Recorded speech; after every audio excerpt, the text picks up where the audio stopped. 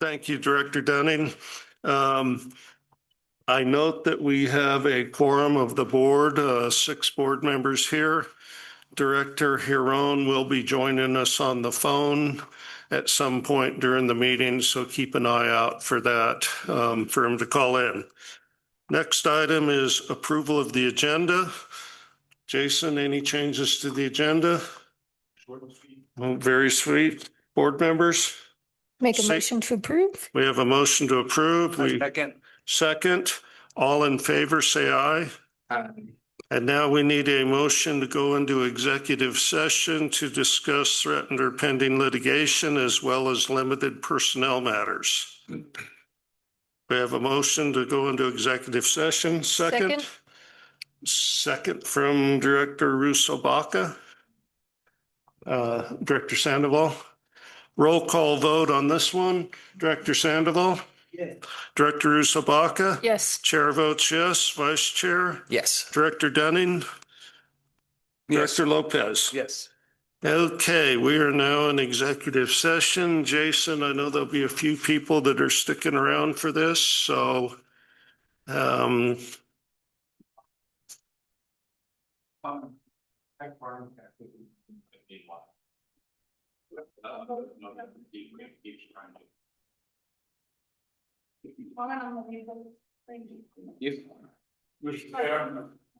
Do you want me here or there? have a seat and rest your legs.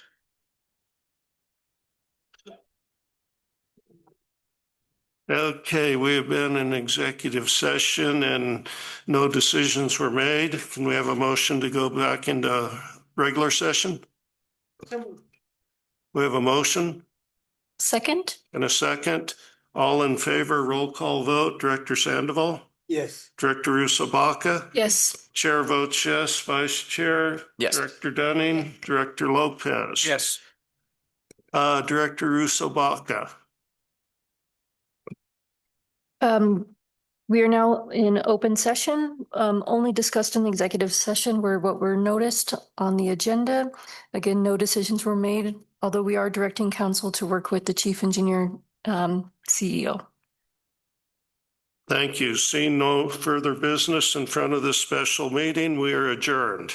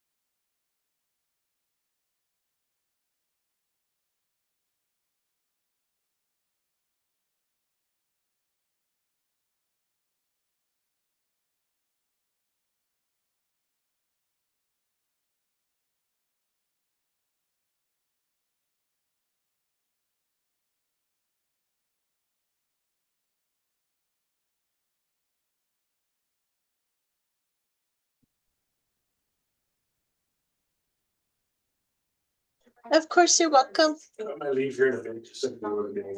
Yeah, for sure. That's why if you see my sporadic hours, it's just leaving out here and there early and yeah, just And I'm not. It's fine. here we are. No, it's a good thing.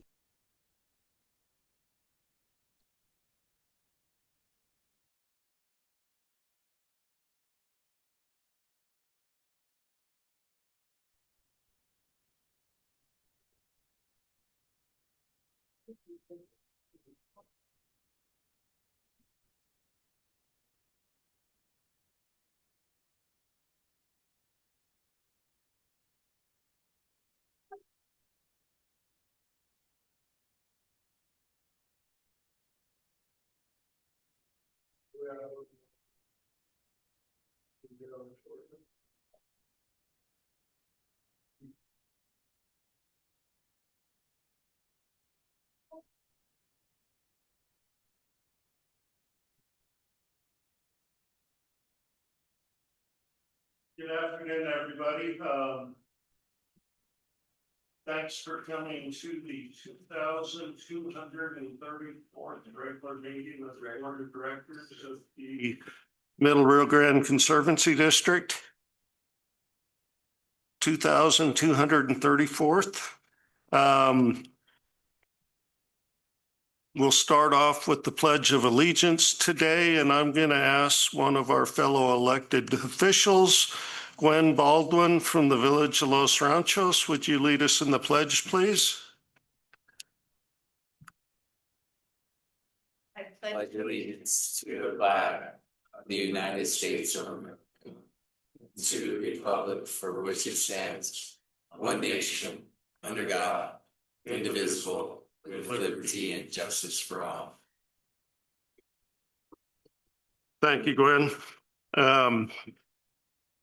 Next item is approval of the agenda. The chair is going to start with a couple items. Item 3A, please remove from the agenda. 3C, thank you, Pam.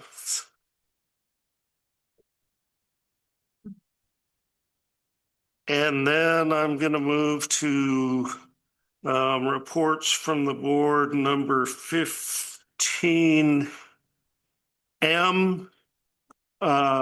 I was not at the Premier Awas celebration. My second granddaughter was born the day before, so I was where I needed to be. Jason, you have any changes or additions to the agenda? Mr. Chairman, I do not. Directors?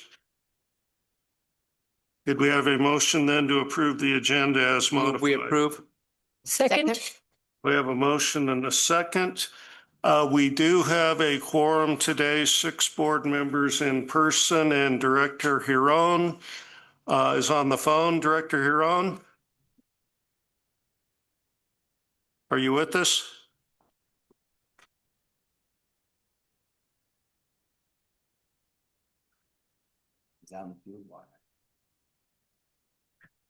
He'd have been here today, but his ditch rider told him the water was coming. So he gave me a call and said, you know where I'm going to be at today. That's the best. Chairman, can you hear me? Yes, sir. Thank you, Director Huron. Did you get your water yet? Yes, sir. I am watering right now. All right. I hope you have a full head there on your turnout. Okay, so we have a motion and a second to approve the agenda. Roll call vote. Director Huron? Yes. Director Sandoval? Yes. Director Russo Baca? Yes. Chair votes yes. Vice Chair? Yes. Director Yes. Dunning? Director Lopez? Yes. Okay. Next item is the consent agenda. Directors, are there any individual items that you want to remove from the consent agenda? Seeing none, could we have a motion to approve the consent agenda? So moved. Second? We have a motion and a second. Roll call vote again. Director Huron? Yes. Director Sandoval, Yes. Director Rusabaka, Yes. Chair votes yes, Vice Chair, Yes. Director Dunning, Director Lopez. Yes. Motion passes. Okay, item 4, reports from the Director of Resources. Christy is not here today. But Casey, you're up for item 4A, employee recognition.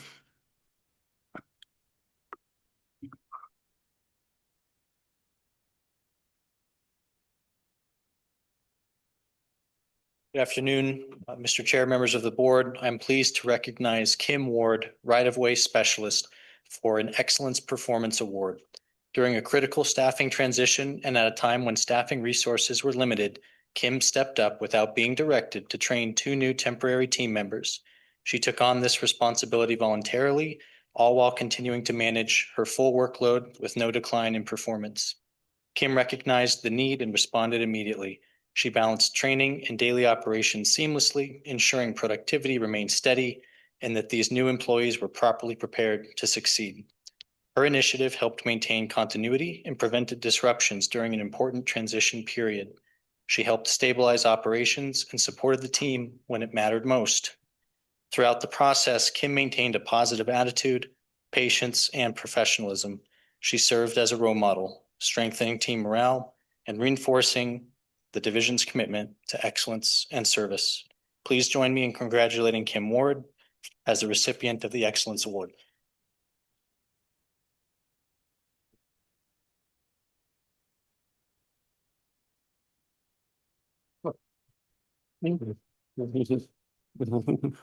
Thanks, Kim.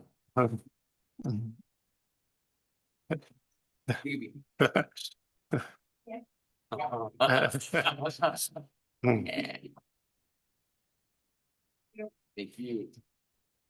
Kim, thanks for all your hard work, and on behalf of the board, I say a resounding thank you.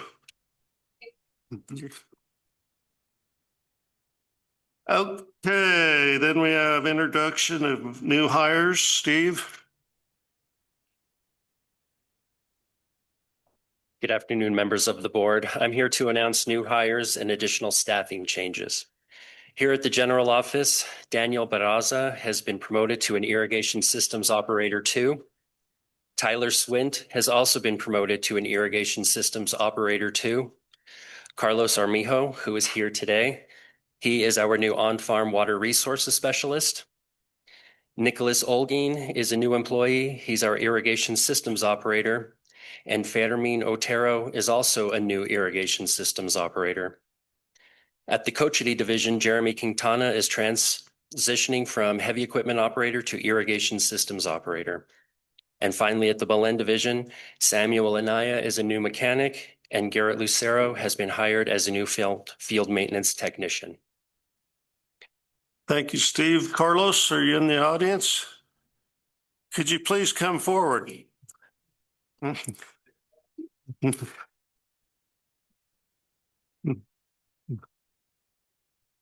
Welcome to the MRGCD. I don't know if people told you that I might ask you a question or two when you got introduced. No one said anything about that. No, boy. Maybe I pick on the engineers more, but on-farm efficiency is one of these parts of the program that we're putting money behind. We have grant money to help us out with. Where did you grow up farming? In the North Valley, Village of Los Ranchos. Okay. I have a couple acres in alfalfa right now. I was happy to see the rain the other day. Well, welcome aboard, directors. Any questions, comments? Chair Kelly, thank you so much. We're very excited. This is a really critical role that we saw grow from Casey holding it down to now this. And so we're very excited for the future of this position and what it means to better get information on how we see the farm work. So thank you for that. Of course. Happy to be here. Thank you, Carlos. Thank you. Thank you. Thanks, Steve. Okay, moving along here. Reports on water operations. And I got 0.21 inches with pea-sized hail Saturday night, and that was it. Chair Kelly, I didn't get anything in my rain gauge, not a single drop. Well, maybe a drop or two, but it didn't register. So, Casey, let me know that I'll be using my own, controlling my own destiny here. So hopefully we're all along for the bumpy ride that it could be. It's likely no surprise that conditions this spring have not been typical. Irrigation season started with below average snowpack, and sustained above average temperatures have rapidly accelerated the snowmelt. March was the warmest on record, which significantly contributed to that early snowmelt. Snowpack across all basins relevant to Middle Valley water supply. That is the wrong button. Nope. Hey. Am I doing it right? You're just gonna do it. I'm sorry. I tried. Am I I'm facing the wrong way. That one. Okay. Snowpack across all subbasins relevant to Middle Valley supply. In all of them, the most we see right now is 13% of what we typically see this time of year. So the snowpack's pretty much all but gone. I have a hydrograph from the NRCS Cumbres Trestle Snowtell site, and that's on the Colorado-New Mexico state line. It's currently reporting about 0.5 inches of snow water equivalent, and that's compared to a median of about 24 inches for this state.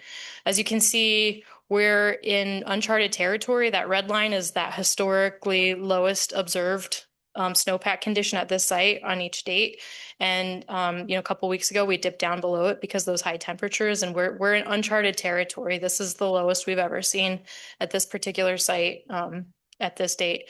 And this is pretty consistent across most of the snowtell sites within the basin. There are a couple, like the Taos snowtell site still has some snowpack up in it, but for the most part, the snow's pretty gone. Flows at the ODWE gauge are currently below 600 cubic feet per second and falling. Average flows for this time of year are closer to 1,300 cubic feet per second, and we'd usually see flows increasing. Today's release from the Cochiti is about 480 cubic feet per second. About 50 of that is the Water Authority San Juan Chama water, which leaves 430 CFS available for Middle Valley users. Agricultural and conveyance demand today is about 600 cubic feet per second. So that leaves about 170 CFS supply deficit today. River conditions reflect this shortage. Initial channel drying occurred on March 25th, which is significantly earlier than average. In typical years, initial drying occurs in late May or in June. At present, more than 31 miles of the Santa Coscia Reach are dry, and drying in the Isleta Reach is imminent. At these low flows, river conditions are highly unstable. We see some flow fluctuations observed in the hydrograph up here of the ODWE gauge.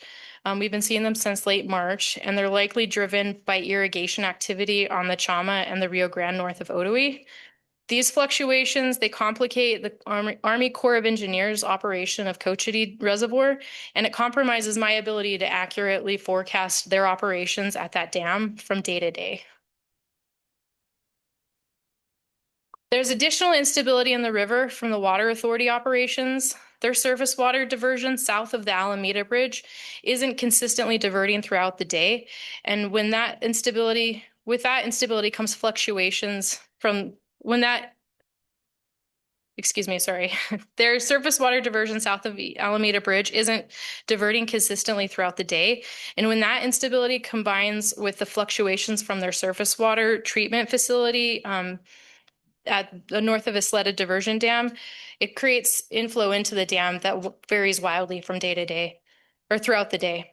And these fluctuations from the authority's diversions, they're observable at the USGS central gauge right here. You can see there's daily fluctuations there. And Mr. Martinez is going to discuss a little bit more about how those fluctuations are impacting him and his team south of Albuquerque. Due to Rio Grande compact restrictions and current hydrologic conditions, the district will not be able to store any native Rio Grande water for Middle Valley use this year. The only storage water available will be the 2026 San Juan Chama allocation, along with a small San Juan Chama allocation left over from November. It was allocated to us last November.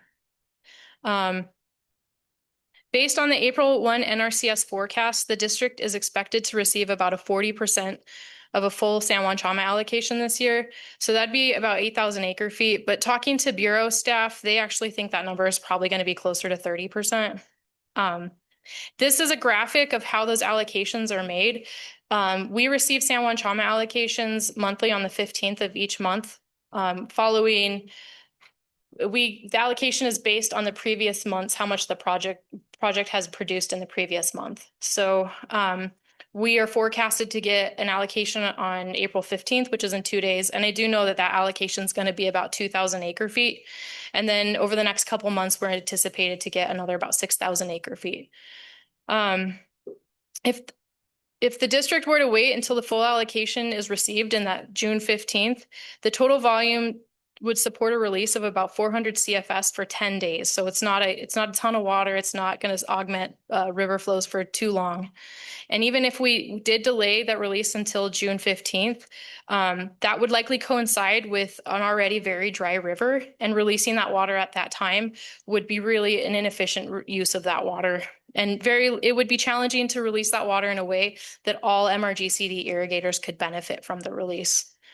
So the way we're basically managing our San Juan Chama allocation is akin to living paycheck to paycheck. MRGCD has in some instances even borrowed against our future allocations from willing partners to sustain these releases. So for these reasons, I recommend returning to the district's pre-2020 practice of reserving the current year's San Juan Chama allocation for use in the following irrigation season. This approach provides greater certainty in available supply and allows the MRGCD to have a meaningful amount of water for release when it is needed. However, to return to this practice, it will mean no MRGCD San Juan Chama releases for the irrigation season in 2026. Looking ahead, the National Weather Service weekly forecast shows near average temperatures with the potential for a mild freeze this weekend. I don't know if you guys saw that in the forecast, but maybe some freezing. And some chances for precipitation tonight and into tomorrow. The seasonal outlook continues to indicate the basin will likely experience above average temperatures through June and below average precipitation, at least in the northern parts of the basin. Looking to the summer seasonal outlook, temperatures are expected to still persist above average, but there's chances that we have pretty good chances of above average precipitation this summer. So we'll take the good news where we can get it, right? So in summary, the water supply to the Middle Valley is already insufficient to meet current irrigation demand. The district will not have the ability to store native Rio Grande water, and supplemental supply options are limited. Irrigators should prepare for a more challenging water supply year than in 2025. And I just, as always, encourage everyone to pray for rain. Mr. Chairman, before we transition to questions, Ann, can you go back to your San Juan Chama bar graph, please? Yes. Just for clarification, this allocation is the full San Juan Chama project. Yes, thank you for that clarification. I'm sorry, Chair. So I just don't want anybody to look at the left side of the graph thinking, well, you said 2,500 acre feet and that's measured in 10,000 acre feet blocks. So the second piece, and I think Mr. Chair my expectations will probably answer questions that you guys may have about San Juan Chama. But before we do that, Ann, can you go back to the USGS gauge that shows the fluctuation in the river? So, Mr. Chairman, members of the board, Ann's very gracious often, and the time about my conversation about putting this specific graph in there is to really show the expertise that's going on to try to balance the system as much as possible.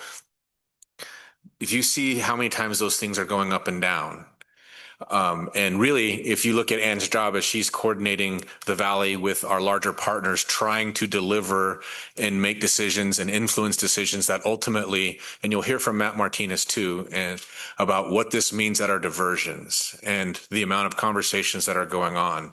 And so I point to how bad the hydrology is, because if we were rolling with 1,000 CFS out of Cochee right now, what you're seeing in here won't matter.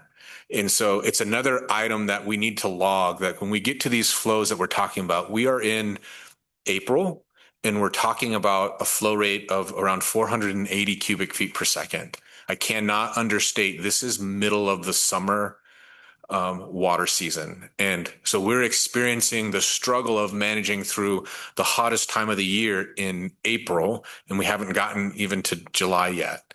And so what is we're showing on these hydrographs, as these hydrographs barrel down to a downward trajectory, it's going to get worse if it doesn't rain. And so I think I asked Ann to put this in here and talk about this because it's a difficult job, and the expertise that we have some of the best experts on moving water on this river.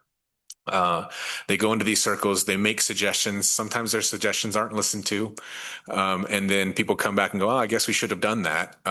Hindsight being 2020. But the trying to balance a system for irrigation, as you see it bounce up and down, up and down, up and down, up and down, right? You can look at those bounces, but just between April 2nd and April 9th, and then consider the manual diversion changes we have at 4 diversions. And again, Matt will talk about that, but I wanted her specifically to put it up there, and she was so gracious. She even talked about it less, and she didn't complain about how difficult it is to balance the system. So I'll lay that out there for you guys. And I hope this is an opportunity. It's not often that folks like Ann will tout their skill. And I know it feels really bad, but we are in the hands of a skilled river operations expert. And you really see that in the low years. You don't see it in the high. You don't see it in the grand years. And undoubtedly, what we would be experiencing on the river without her influence into our federal partners and some of the decision making going on there, our situation would be worse. And anyway, so Ann, you're so gracious. Thank you for putting it up there. Jason, go ahead. But Mr. Chairman, members of the board, I think it's not very often we get to take this level of a look about what this actual drought season means, and the system is just that bad right now.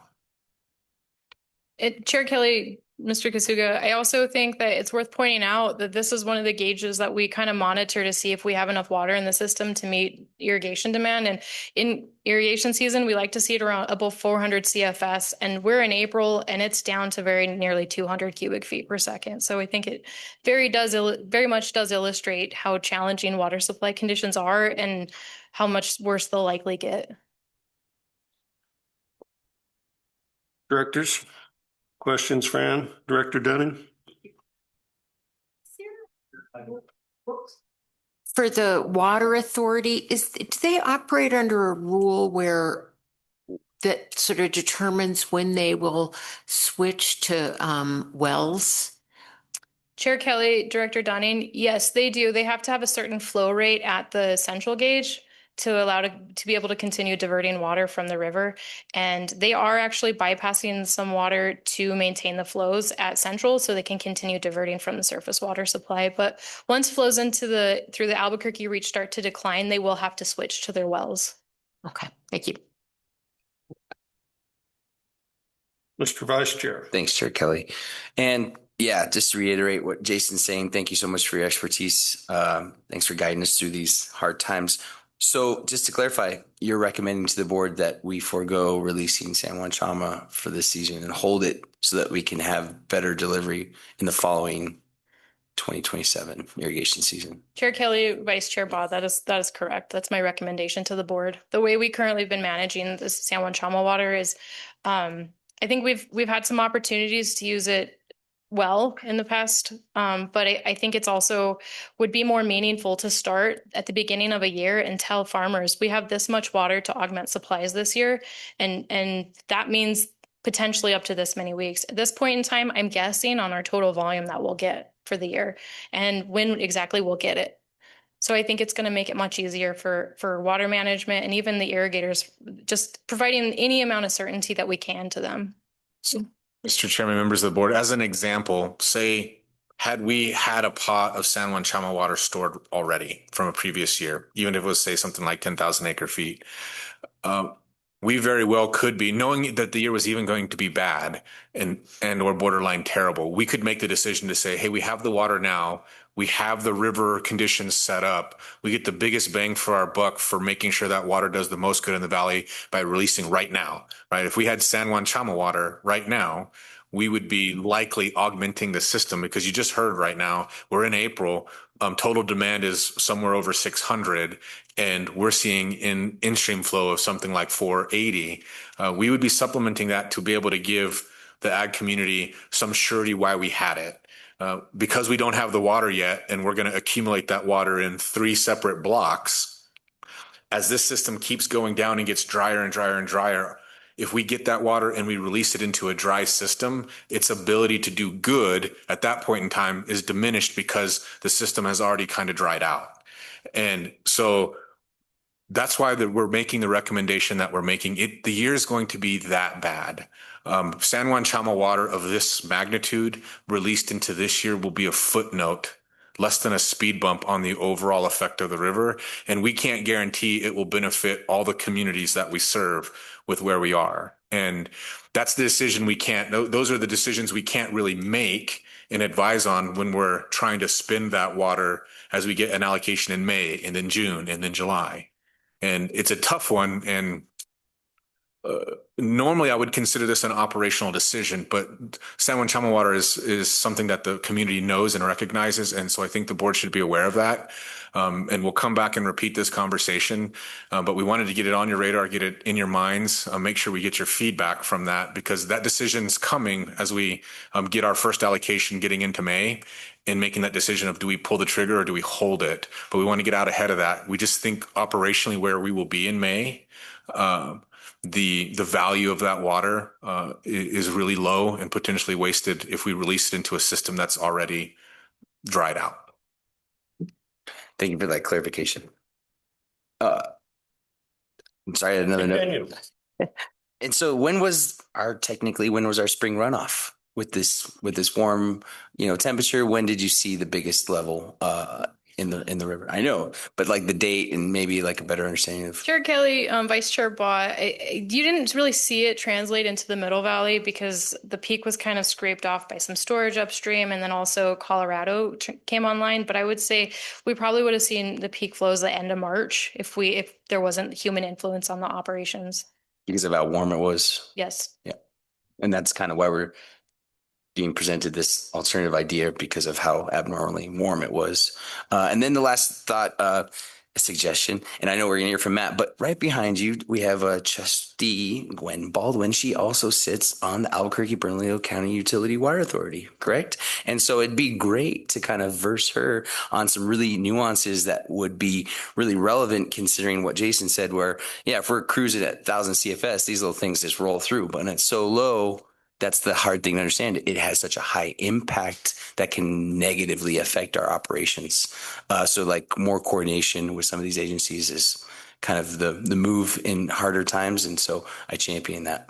Yeah. So Mr. Chairman, members of the board, I think we're telling you that not because like ABCW are trying to serve their constituents too. And they've actually agreed to do some modeling because these kind of water scenarios, nobody's prepared for. And so they have already, we proactively have raised this question to them. They're open to do some modeling to see if their actions under these lower conditions can be modified to even that out. We put it up there, and I put it up there, and I asked Ann to put it up there just because it's uncharted territory, just like that graph in the black. We're managing water in the way that I have no record to go back on. Oftentimes we could go back on a record and look at what folks did in the past. This will be the year that folks do that for us. They will look back and say, what did people do in 2026? Because we're redrawing that line now where nobody's really been. And so we have good partners in ABCWA. They've listened. They're executing the playbook they have now, but they're willing to do some collaborative modeling and trying to look if that playbook can be expanded, just like we're having to expand our playbook. Thank you. Director Usabaka, Director Sandoval. Director Huron, do you have any questions for Ann?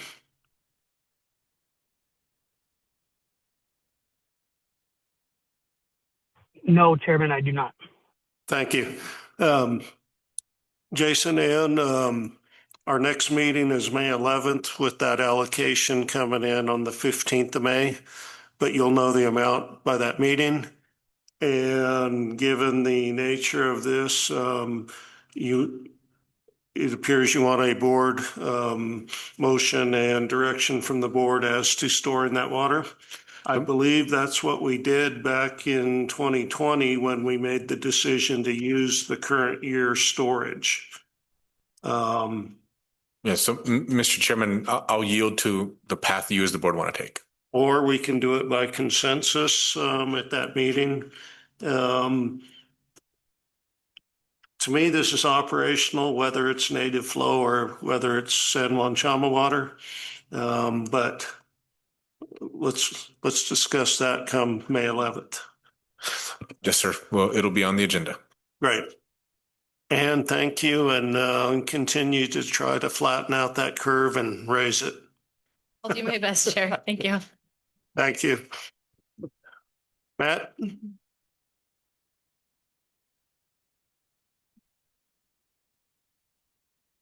Good afternoon, Chairman Kelly, directors, and thank you for the opportunity to report to you today. Let me make sure I know how to use this before we proceed. Okay. We're in uncharted territory here. So we are now 6 weeks into the 2026 irrigation season and already facing significant water supply shortages. As Ms. Markin reported, and as highlighted in recent press releases, current river conditions are not consistent with a typical spring runoff. These are the conditions we anticipated and are the reason we started with rotational deliveries.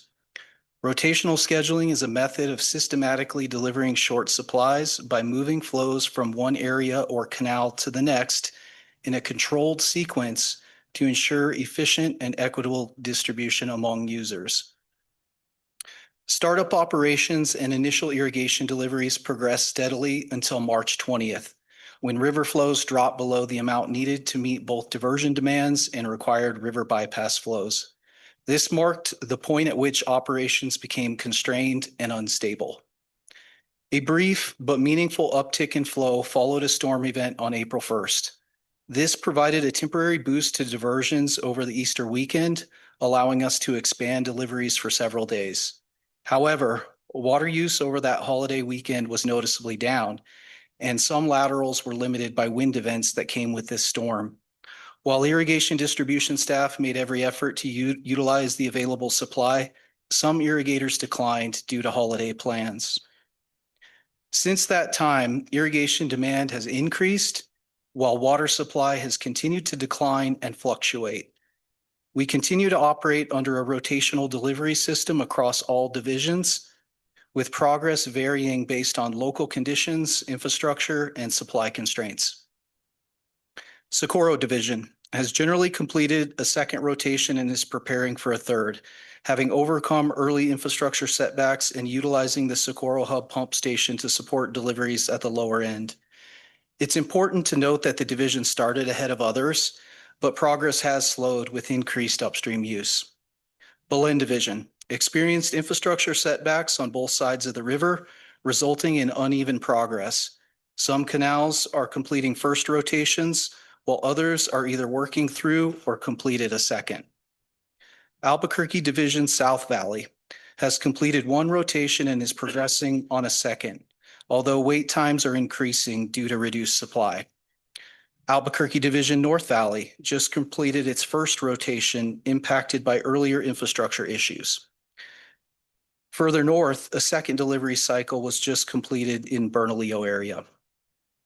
The Cochiti Division has largely completed an initial delivery cycle and is working toward a second.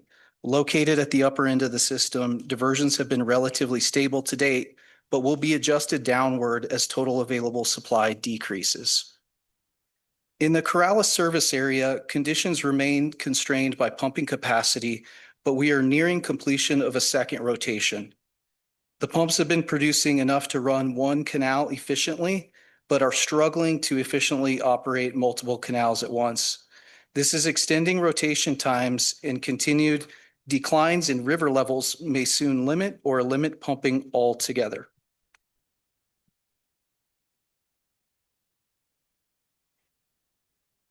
Gosh, I thought I had it.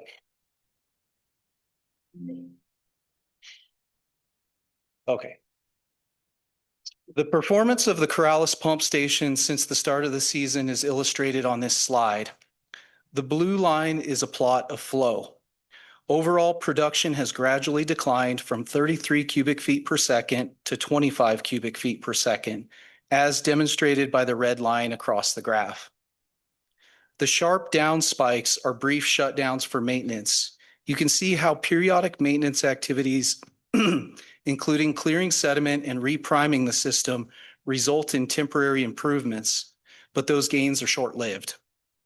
This pattern reflects an ongoing challenge of maintaining efficient pumping and limits our ability to reliably operate multiple canals at once.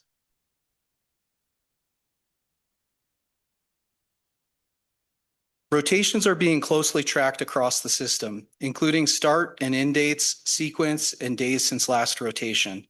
However, a consistent challenge is the ability to accurately predict when rotations will return to an area. I want to emphasize that there is no fixed interval between rotations, regardless of what anybody tells you. They take as long as it takes to move water through the system.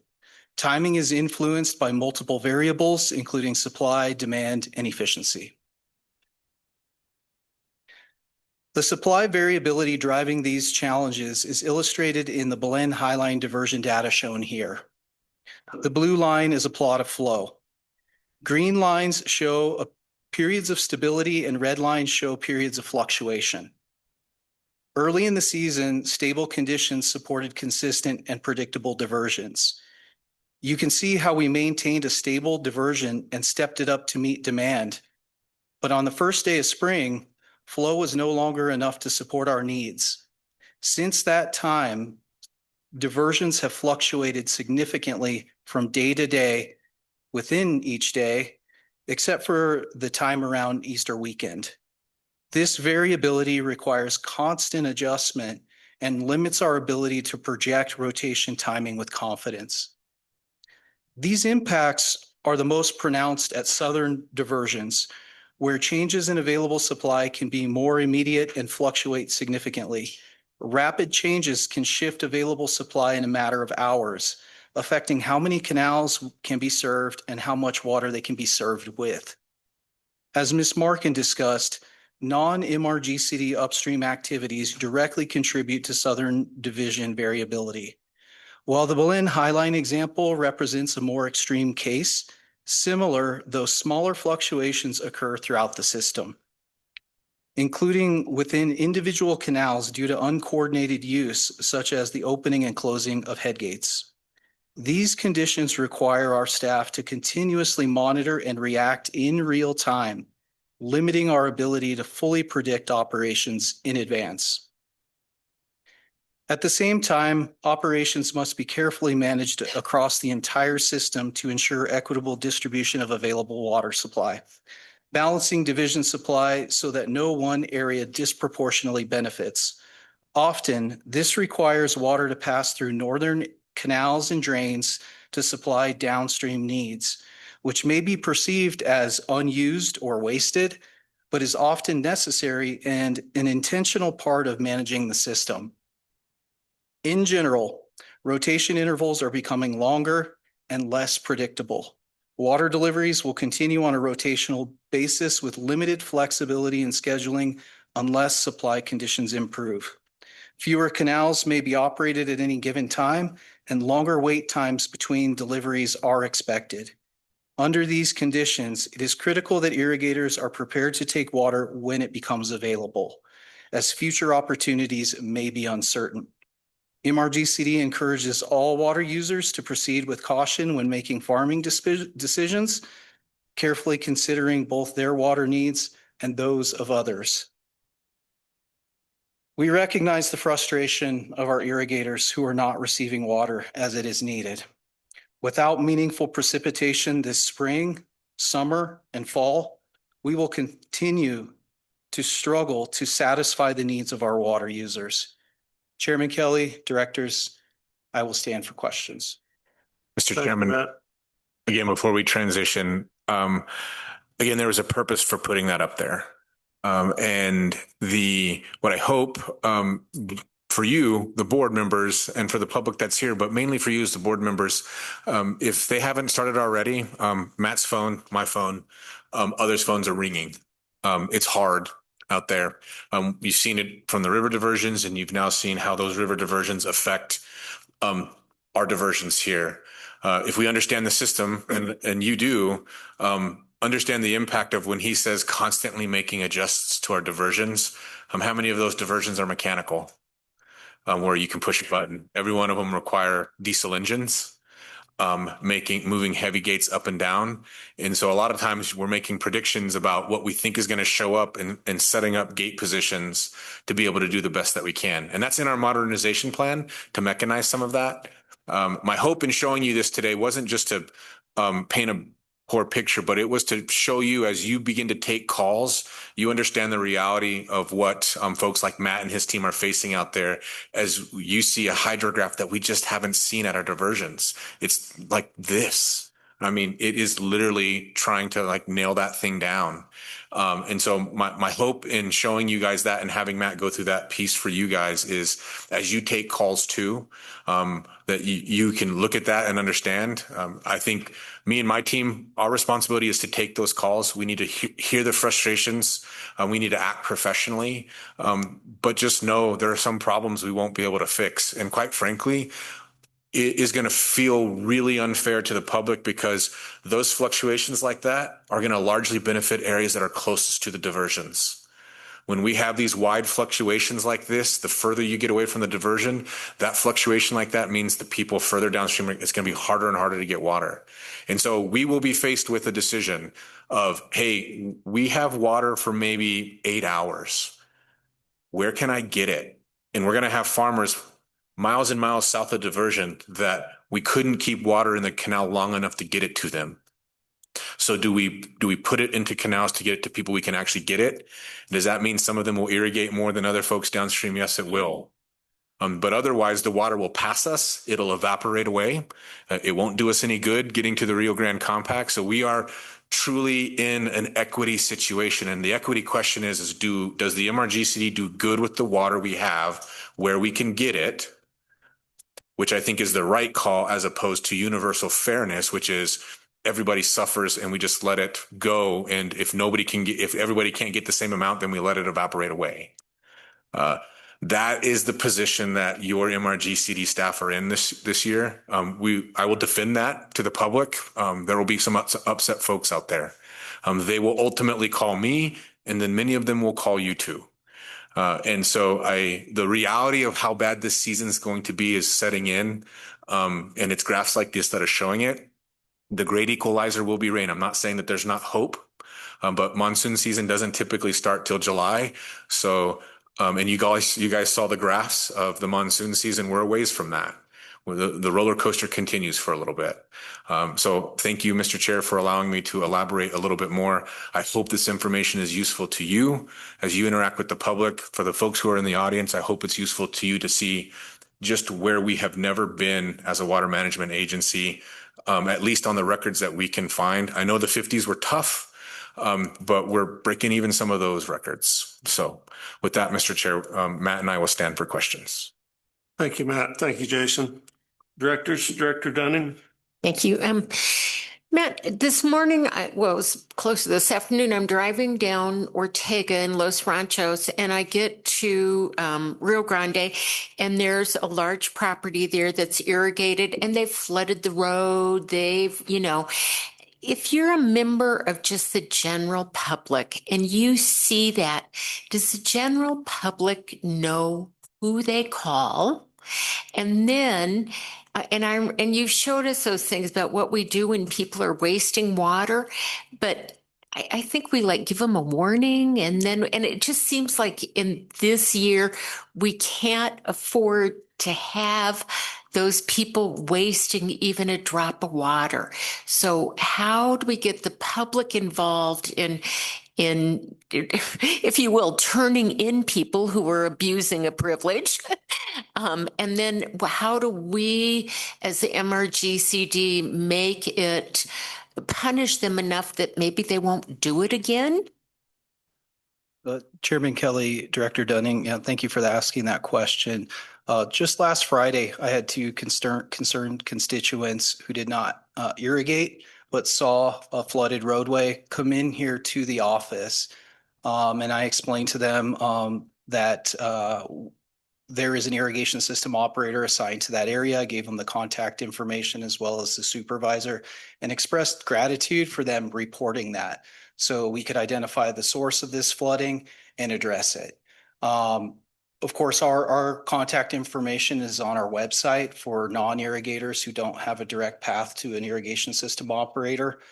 They can always call the emergency line and we will respond to those issues. Now, as far as the procedure for enforcement, that came before the board several years ago, and we gained support to initiate that procedure. As of last week, we had about 30 reports of potential violations. Those are under review, and we are determining the appropriate action based on the nature and the severity of those. But we agree with you 100% that wasteful water practices should not be tolerated this season, or any season for that matter.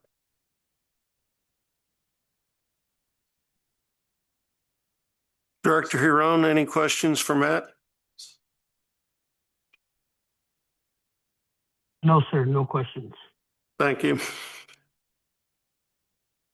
Well, Matt, thanks for the report, and we know it's going to be tough.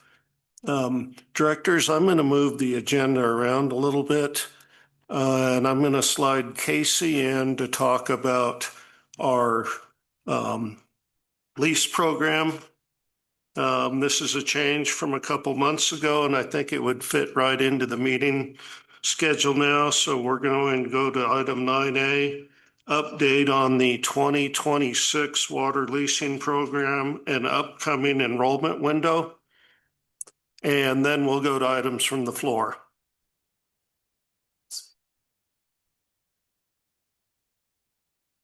And directors, you've got a pretty detailed mail out on this, and I hope you've all given it a read. Thank you, Mr. Chair, members of the board. Mr. Chair is correct. There's a detailed memo for you all to review, but I'm here to announce today that MRGCD has received sufficient funding through our cooperative agreement with the National Fish and Wildlife Foundation, New Mexico Interstate Stream Commission, and the Bureau of Reclamation to offer a modified water leasing program to our constituents for the 2026 irrigation season. The board may recall that staff suspended the leasing program earlier in the year as this funding had not yet been subawarded to MRGCD. Staff provided an update to the Irrigation Committee on March 30th on the proposed 2026 water leasing program, and you have that recommendation and proposal in your packet. For members of the board and for the public, what we are contemplating this year, which is a departure from the historic nature of the leasing program, where we've always had a partial season and a full season option. Because of how late we are in the season this year, we are rolling out what's called a late season leasing offer. Folks will be eligible for enrollment following this meeting. So April 14th through May 15th, it's going to be a very short enrollment window with following terms going into place June 1. That's for the partial season, or I'm sorry, the late season option. We are offering $175 per eligible acre enrolled for the late season offering this year. We also have a second option, which is something new for the district. It combines a late season enrollment in 26 with a full season enrollment in 27. So trying to forecast forward and reduce demand going into next year. The price per acre for that is $550 per eligible acre. The same typical conditions and rules of the program apply. We will have a portal available on our website starting this evening, and anyone who has questions or concerns about enrolling online is welcome to come into the general office. You all met Carlos Armijo. He will be the point of contact for this program, and I'll be assisting. So Casey, I understand a portion of that funding is for on-farm efficiency projects, and you cannot dedicate the entire amount of funding for this year's fallowing program, but you have a budget of $300,000, and it will be first come, first serve, or? That's correct, Mr. Chair. Okay. And should the demand be there, would you be able to increase that funding in coordination with the Bureau and NIFWIF? Mr. Chair, members of the board, I've received indications that if we have sufficient demand, we can adjust the budget to meet that demand. Okay. Directors, any questions on this? Clarifying question, Chair Kelly. Casey, just with the report with Matt, some people have already had maybe 1 to 2 waterings. Are they still able to get into this despite the waterings that they've received already? Thank you for the question, Vice Chair. Yes, and in fact, we think that we might attract some farmers who may have some winter wheat that they're wrapping up and haven't yet made plans for the summer, or maybe they've got some established alfalfa.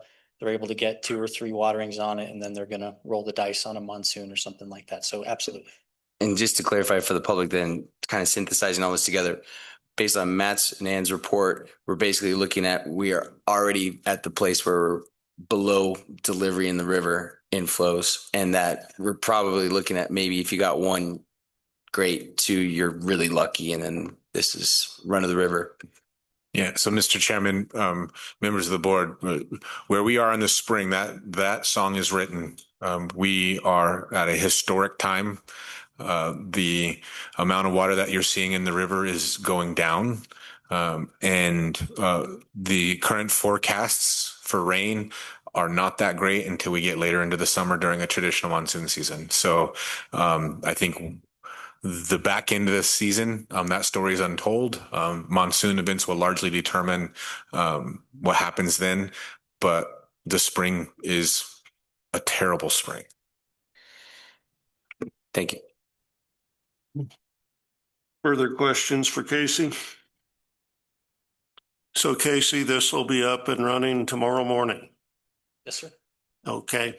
Thank you for moving that up on the for the agenda. Okay, now we come to items from the floor. Do we have anybody called in for items from the floor? Okay, could I have a quick show of hands on how many folks want to speak? Oh, not too bad. I thought we might have a whole bunch more. So you're limited to 3 minutes. This is not a question and answer session, but you can bring up issues, and if need be, we will investigate them and report into them. I'm going to start with our county commissioner here, Barbara Baca, and former MRGCD director, who's brought a bag of goodies for I don't know who. Good afternoon, Barbara. And thank you for your editorial piece in the paper about the 1-2-3 watering program. Now, if we could enforce that on people using a domestic well to irrigate acres and acres of Kentucky bluegrass, that'd be great too. Mr. Chair, thank you so much for having me and allowing me to go first. I have to just express, and that's what I'll use my 3 minutes for, an expression of great appreciation, and I want to say love for the MRGCD on behalf of the Bernalillo County Commission. As many of you know, we have a partnership, and a strong partnership, on a project near and dear to my heart that I worked with you all to start back in 2019, the Atrisco Acequia Madre project, whereby really in these challenging times, and I know Jason looks at me with one eyebrow raised like, oh no, here she comes again. But in these challenging times of just water availability and scarcity and climate change, I believe that this educational program that we're trying to establish at the Atrisco Acequia Madre is even more important, because what we are trying to do there is educate the community educate the next generation, create our next generation and stewards of land and water. And so on March 29th, we had a Primera Agua event. And so I'm here today to pass out a few little tokens of our appreciation for the very hard work. And Jason, you know how your staff has just, came through in a big way for our community celebration, because those of you who do not know, the Atrisco Acequia Madre project is about the celebration of our acequia culture.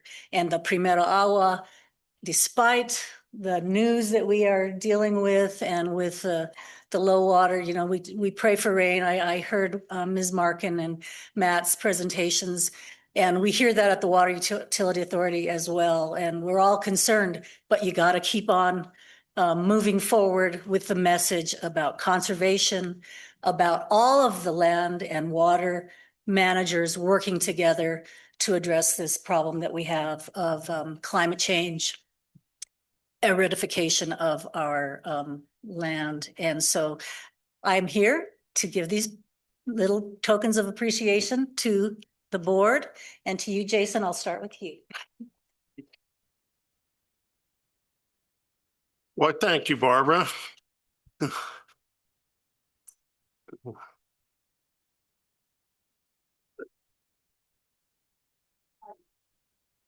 Is breakfast burritos for the crew. We have it at the event, and I was trying to figure out how to get them to the crew, but you start at 5:30 in the morning, so I can't buy them and bring them in hot. So that's what Eric Zamora said he would get them to the event. And they send this to you. And yeah, these are water bottles. So when you fill up your water bottle every morning, you met on, of course, so water.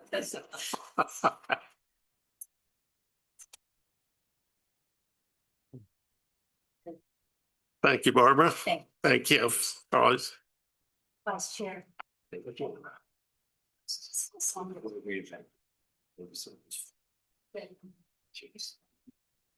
so much. Chair. And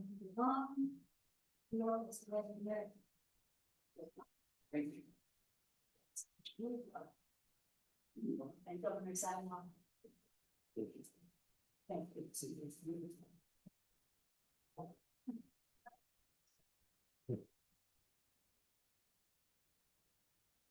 And that is all I have. I just want to say that I'm here in partnership with you. I am currently the chair of the Albuquerque-Bernalillo County Water Utility Authority, representing Bernalillo County, but I'm there for the MRGCD as well. So any comments, questions, concerns, or partnership that we need to continue to talk about, I'm there for you. And Barbara, I know everybody here on the board still thinks of you as a MRGCD board member, and we definitely appreciate your service here and what you're doing now at the county. So thank you very much. Appreciate you. Thank you.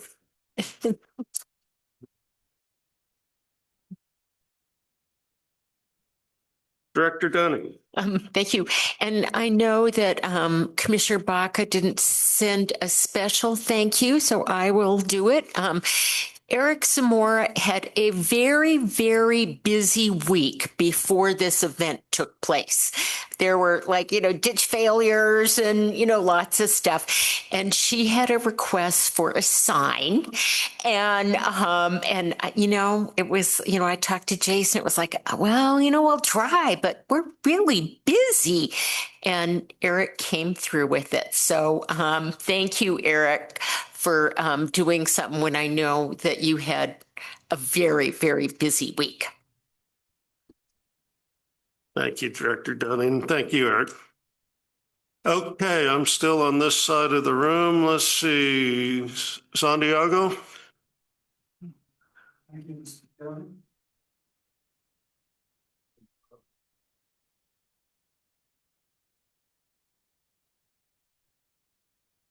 Santiago Maestas with the South Valley Regional Association of Acequias. I wanted to take this opportunity to introduce to you Rosa Chavez and Don Licho Montoya. both Rosa and Don Licho asked the South Valley Regional Association of Acequias and the commissioners of the Arenal Acequia and Los Padillas Acequia for assistance in restoring their lands to irrigation. Don Licho basically had declared his water rights and irrigated his property from his along with his brother. They had inherited it from their grandparents. Rosa had been irrigating from the Arenal. The Arenal Acequia. Yeah, I've been there 50 years living with my children. They went to college, they born there, and they and my husband passed years ago. And I know the land is a little bit more happened. I would like to bring back my water and start back with American. But actually, my daughter loves land, which is the future of everybody's love. And I love that. And I would like to bring all that. Like it used to be. This land has been there and the generation. My father-in-law, David Chavez, and I think it was 3 houses there, but I'm the only one left with the house. And I'm still keeping it. I want to keep it. That will not come. So I think there are perfect examples of the customs and traditions of our Acequia communities. And we have proposed, or we'd like to propose to the board that you help pay for the reconnection with a irrigation pipeline to each of their properties and their neighbors' properties. It's a community ditch serving 3 members of the community, including Mrs. Chavez, and 2 members of the community, including Mr. Montoya and Martin Madrid and their family as well. So as noted, we like to submit these then to your financial unit. They had asked us to submit these proposals to them so that they could begin requesting for proposals beginning in July, when the funds will become available for acequias in Bernalillo County that have been appropriated by our local legislators. With that, I'd like to thank you. Thank you, Santiago, and Casey will be your point of contact on that. Thank you, Casey. Good to see you. And thank all 3 of you for helping keep the Valley green and the traditional farming practices going on right here in Albuquerque. Would you like to say something, Don? No, I would just like to keep my property going, irrigating, and keep it going for generations, can. I do not want my kids and grandkids able to go all the day. I don't want that they are in college, but I want them to keep that tradition of the grandpas and great grandpas and everyone. I'm waiting for them to see where it's beautiful to culture is a beautiful thing. That's the future for us. Well, thank you all for coming today. Thank you. Thank you, Mr. Chairman.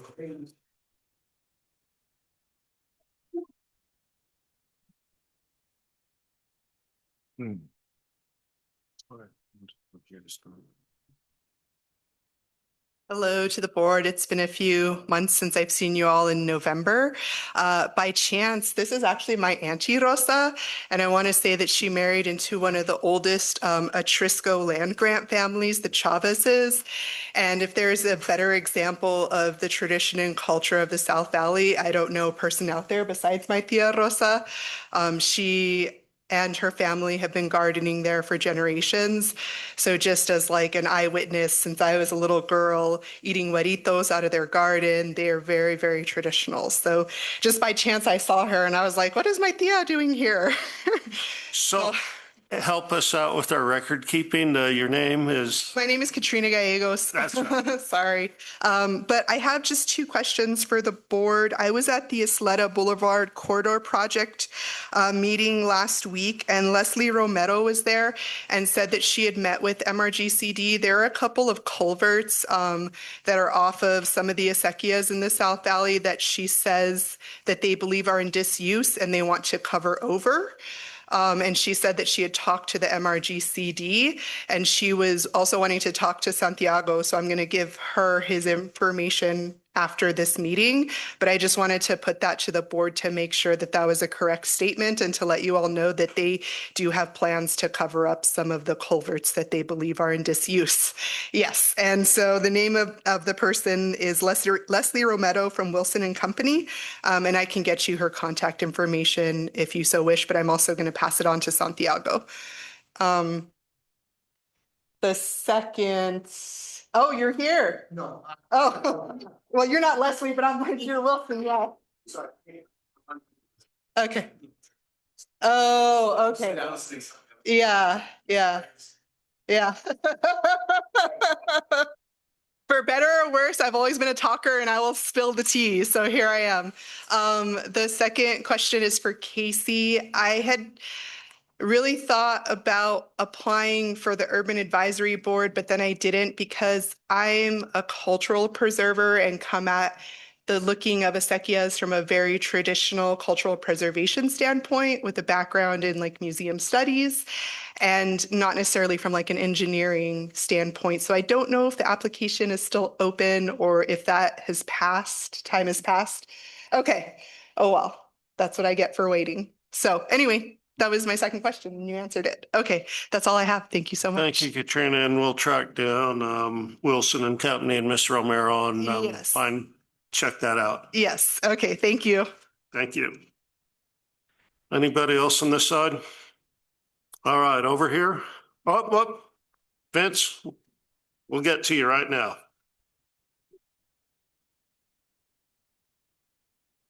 Hello, Vincent Sanchez from Los Ranchos. I'd like to take a moment to speak about my irrigation on the March 27th. The Pueblo acequia got a lot of water that day, and the surrounding irrigators and observers were out in full force.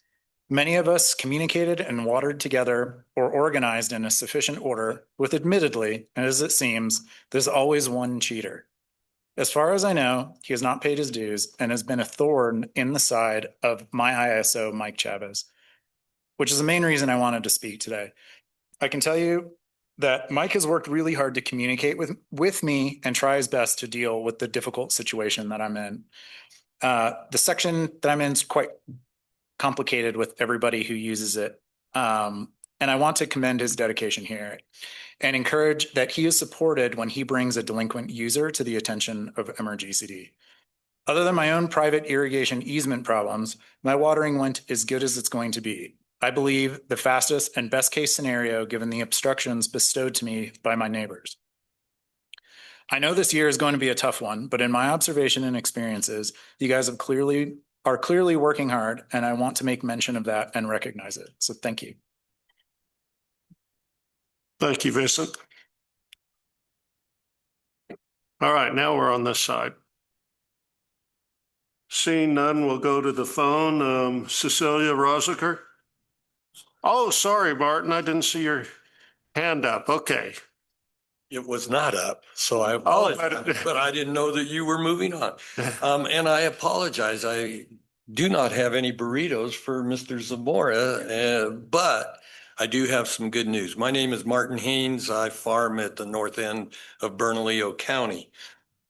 One of the other nooses around our neck, besides trying to get water to our constituents, and the item that was on the agenda last month is the compact. And I stood before this board and said, you do not have responsibility or any need to deal with the compact, but the MRGCD has always come forward and tried to work with and help alleviate this ongoing continued rising debt. So got some good news for you. As of last week, the diversion that was occurring that was wasting water, not helping the compact, has ended. The federal governmental agency has agreed to cease that continued diversion. So it's really good news for all of us in the Middle Valley to see more water making it to Elephant Butte. I thank this board for having staff support us. We still have a huge cloud, a huge problem hanging over us, and that is the quantity of which the federal government has taken. And there's some of us that will remain vested in trying to get this resolved. And we've got a future project coming up at the southern end of the middle stretch, right above the Elephant Butte, that we need to all keep our eyes on and make sure that more illegal or non-compensated diversion does not occur. So thank you for your time. Thank you, Martin. It's good news.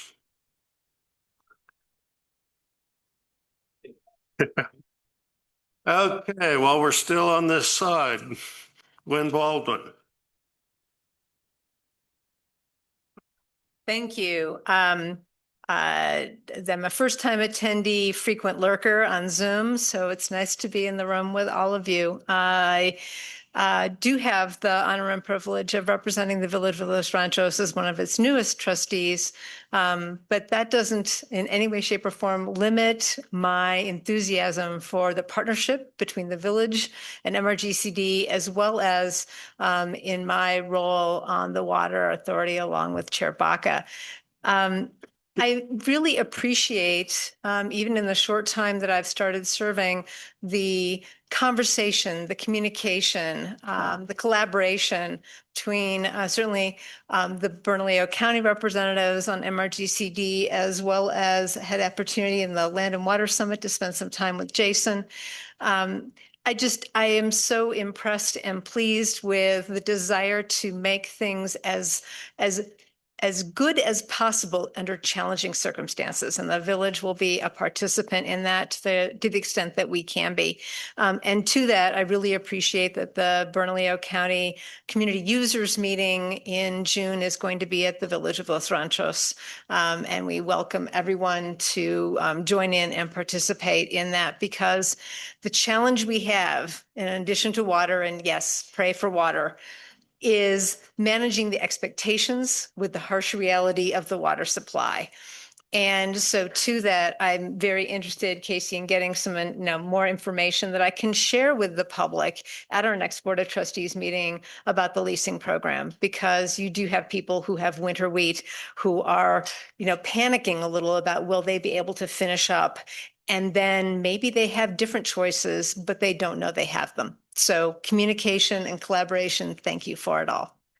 Thank you, Gwen, and thank you for attending our meeting. And I believe 4 of us are supposed to start rotating around and going to the village meetings. And you're first. Oh. You're next. Okay. Mr. Chairman, real quick, Gwen, I hope you're able to stay for the whole meeting. We will have an item under 12A that's relevant to the village. We're going to be doing a little bit of the same presentation on the FEMA study that was presented to the Board of Trustees, and have a conversation here about the Albuquerque levy. Okay, now we're going to go to the phone.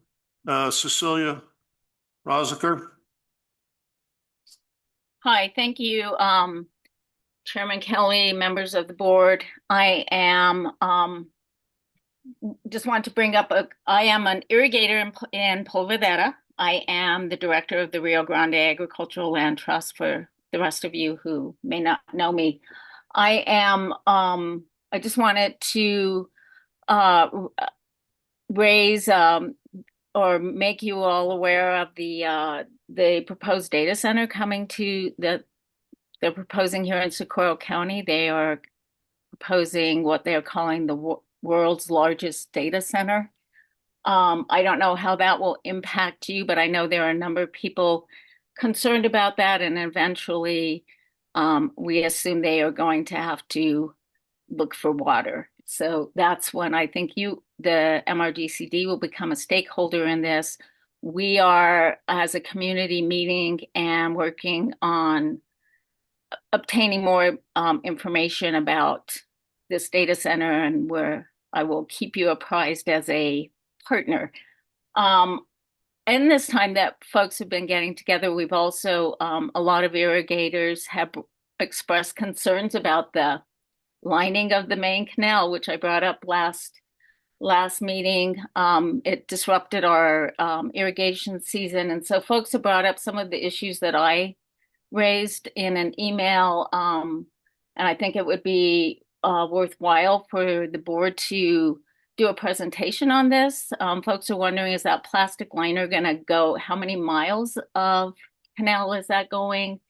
What are obviously, we would hope that there was an environmental study and a monitoring protocol, as it will introduce microplastics into the water and our environment, our farm fields.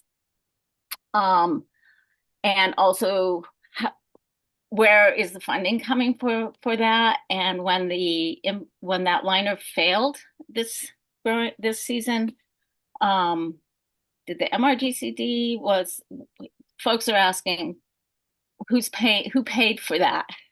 Did the construction company insurance pay for that, or how, or there's just been a lot of questions about it, and including how is it going to be dredged and so on and so forth. So I am just commenting that it would be good to do a presentation to the community about that lining of the main canal. And one last thing, on your website, Chris Lopez's email doesn't work, and it actually sends you to Glenn Duggan. So I don't know, even when you type it in, it doesn't work. So that should be corrected. And that's all I have. Thanks. He said it was on email. Thank you, Cecilia. Cecilia, I think it'd be quite appropriate that at our informational meeting in June, we do a briefing on the project down there on the main canal, and give people some background on it, the different types of construction that have gone in there and the costs of those, and respond to the other questions you've raised. I know Casey's responded to you, but we will report back on that at the June 24th meeting. Good. I think that would be much appreciated. Okay, we'll get there. Thank you for listening in today. Mm-hmm. Thank you. Okay. All right, then we have Elaine Hubbard. Elaine?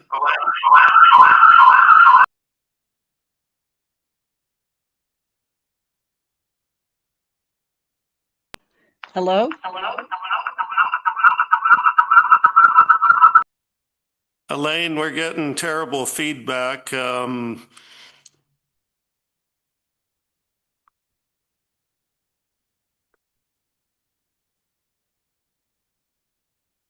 You ready to go now, Casey?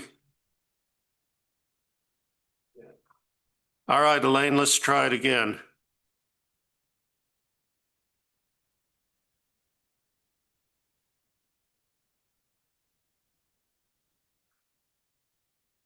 Oh, if Elaine, okay, there's.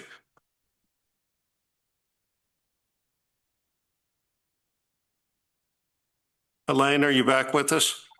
I hope so. Chair, I'm going to send my comments in.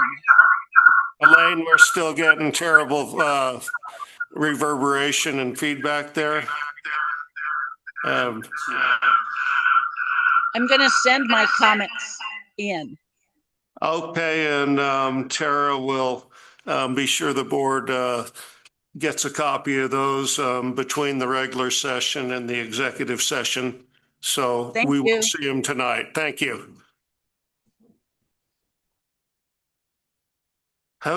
Okay, anybody else for comments from the floor? Directors? I have something, last Friday's paper. Bosque native ran the Artemis mission from the engineering side, the scientific side. Eric, you know who her dad is? Yeah. Daniel Clauser, our assistant division manager in Belen. And that Supervisor and hired as water operations.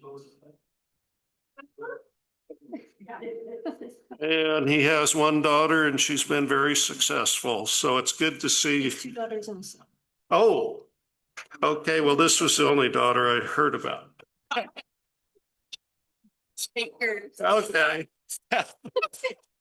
Excuse me. Anyway, I wanted to point that out. Okay. Maybe I should just turn the meeting over to you, Mr. Vice Chair. Crushing it. Okay. Reports from the Department of Interior. I don't see the Bureau of Reclamation with us today, but the BIA is. Patrick, the floor is yours.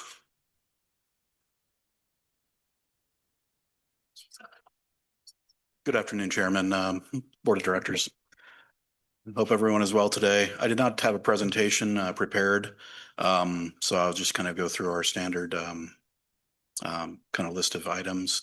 In general, we're continuing to try to store water for the PNP lands, prime and paramount lands. Deliveries have started on some of the pueblos. I've heard, as you mentioned, that there are a few operations and maintenance issues which have popped up over the course of the season, which are typical at startup, but they seem to be more working through them. Tomorrow I will start following up with the second of our Pueblo weekly Pueblo calls to discuss deliveries and operational issues that may pop up, and I will continue to keep members of the board or in the district appraised of that. Beyond that, I just want to thank Jason for acknowledging the difficulty of the year and the graphs that you showed with both Matt and Ann. I think it's really critical that people recognize those. This is going to be a hard year. You know, last year I was accused of optimism, and I think that this year I would accuse Ann and Matt of a little optimism. So I would, you know, if you have questions, I can answer it, but don't know if I have much more positive to say from what they've already acknowledged. Mr. Chairman, I would like to, Patrick, ask a question, and it's a follow-up from last year. We know we're heading into a tough season. We know that we're going to be in prior paramount operations. We logged the request last year. I'll log the request again. As we're going through these times and just the height of what it means to curtail irrigators, the 81 agreement contemplates appropriately that the water delivered to the prior and paramount lands is delivered to the lands that are supposed to benefit from it. So I would log the request again that BIA track, and I think we're going to have to give assurances to people that it's getting that bad, that the lands that are receiving that priority benefit are truly the lands that were contemplated in the 81 agreement. And it's just that the hydrology is that bad. And so as you know, for the sake of the record, the pueblos irrigate both prior and paramount and newly reclaimed land. And I know throughout the history and the implementation of the 81 agreement, oftentimes people would say, and BIA at one time would say, it's a volume, not a place. But if that's true, then it's still the obligation to show that no more than the volume that should be delivered was delivered. And so anyway, considering the nature of the comments that I had to give at the coalition meeting and those kinds of things, I do think in the nature of the hydrology and the likelihood that if it does not rain, this might be the longest period that we've curtailed irrigators for that. And we want to protect, and we want the public to know it is the right for the pueblos and their prior and paramount lands to get their water. But the remaining lands of the pueblos, the newly reclaimed lands, don't hold the same priority. And I think it's right that we ensure the public that the pueblos and their senior water rights are taken care of. and that we have the transparency to show that on both sides. So I know we're struggling through how we do that, but I still think that's a technical question that's going to get raised over and over and over as the hydrology worsens. I hear you and I understand the comments. Yeah, thank you. I believe that there may have been some presentations done by some of the DEs in the past that I've seen, and I might be able to present or bring some of those up again. That might help alleviate some of those questions, but I'll take a look. If there's something different than you're looking for, then, I can. Yeah, no, I think it's more than a presentation. An MRGCD is not asking for the data. Like, I don't think the data should be turned over to the MRGCD, but we should know the BIA has it to defend. It can't be an assumption that everything's okay, because that's the pressure that's getting put on us, right? Like, the ability to assume is gone. I think what we need is really, how do we ask those questions, I think, in a respectful way, because we want the Pueblos to get their senior priority water. But I do think that the non-tribal irrigators want to know the rest of those lands that don't have that priority are not disproportionately benefiting from that operation. And I think that's a fair question for our non-tribal irrigators to ask of us, for me to ask of you. I hear you. Thank you. My only hesitation would be, I just would want to make sure that I'm coordinating with the Pueblos, and I relay what information I'm going to. It's 100%. It should be. It should be coordinated with the Pueblos. Agreed. Thank you, Jason. Directors, any questions for Patrick? Director Huron, are you still with us today?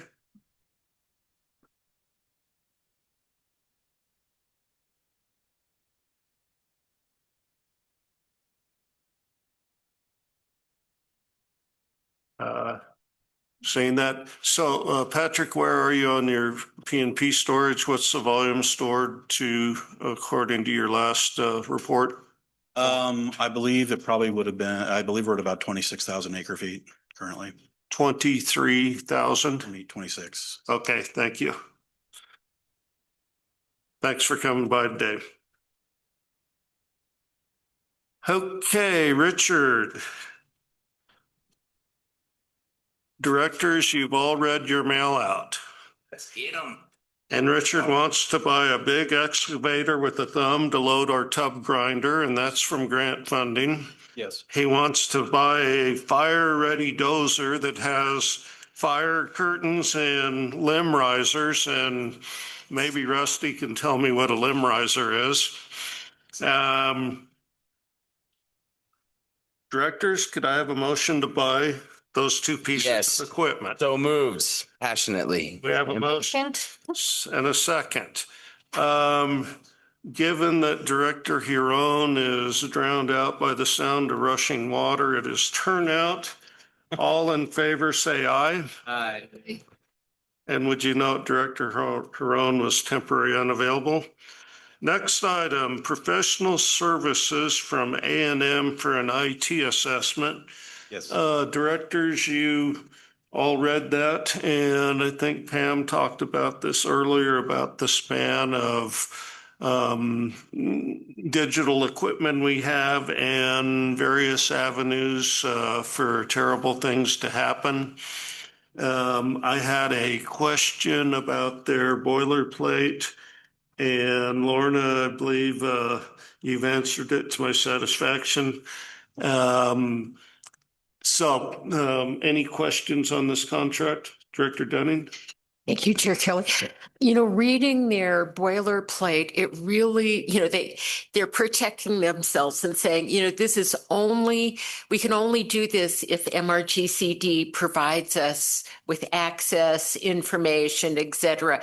And they specified that there'd be one person that would be their kind of point, they didn't call it point of contact, but I was wondering who that person was going to be. But also, when I read it, they're saying this isn't going to cover if you need updates to your software, if we find, and I really think they're probably, and I don't know that they would come back and ask for a change order, or then we would have to go and get somebody else to do it. But I think if we approve this, it's not the end. Yeah. So Madam, or Mr. Chairman, members of the board, like what this assessment is really doing is with Josh leaving the district and really just looking at IT as a whole, we've put out the IT manager position, but we're also one of my strategic goals is for IT is to move us to, I think, what is the industry standard, which is a hybrid approach to IT. I.e. being that a lot of our back-end systems become maintained by a contractor who can do a lot of that work out of sight, out of mind, keeping things updated. But to the point, there is a lot of stuff that we've invested in terms of putting technology into our employees' hands that require in-office IT support to go and keep things up and running across 4 geographical areas. And so the hybrid approach would be our internal employees are customer service focused on keeping the equipment running, computers, those kinds of things. Why our back-end IT services and the security and that kind of stuff that keep the brain functioning, if you will, are offsite. But to really do that, this A&M is going to come in and do, for a lack of a better term, because I'm a civil engineer, an infrastructure assessment on our whole IT system. So they're not looking for things like updates to operating systems. They're going to be cataloging, and what we want to ultimately be able to do is kind of like an infrastructure assessment where we went and took a picture of everything and we understand why it's there and what it does. We're now creating that architecture that will pass on to a new IT manager as that person has the skill set to be also managing IT service contracts for the back end, while the internal staff focus on customer service to our employees and make sure that their equipment is functioning. And I have some colleagues in the IT world that have really given me some advice on the times and where larger entities, both public and private, are going. And this hybrid approach is, for an organization our size, we're behind. And so this is really a modernizing effort. So to set you at ease, they won't be looking at things like that. They'll be looking at a much bigger architecture picture.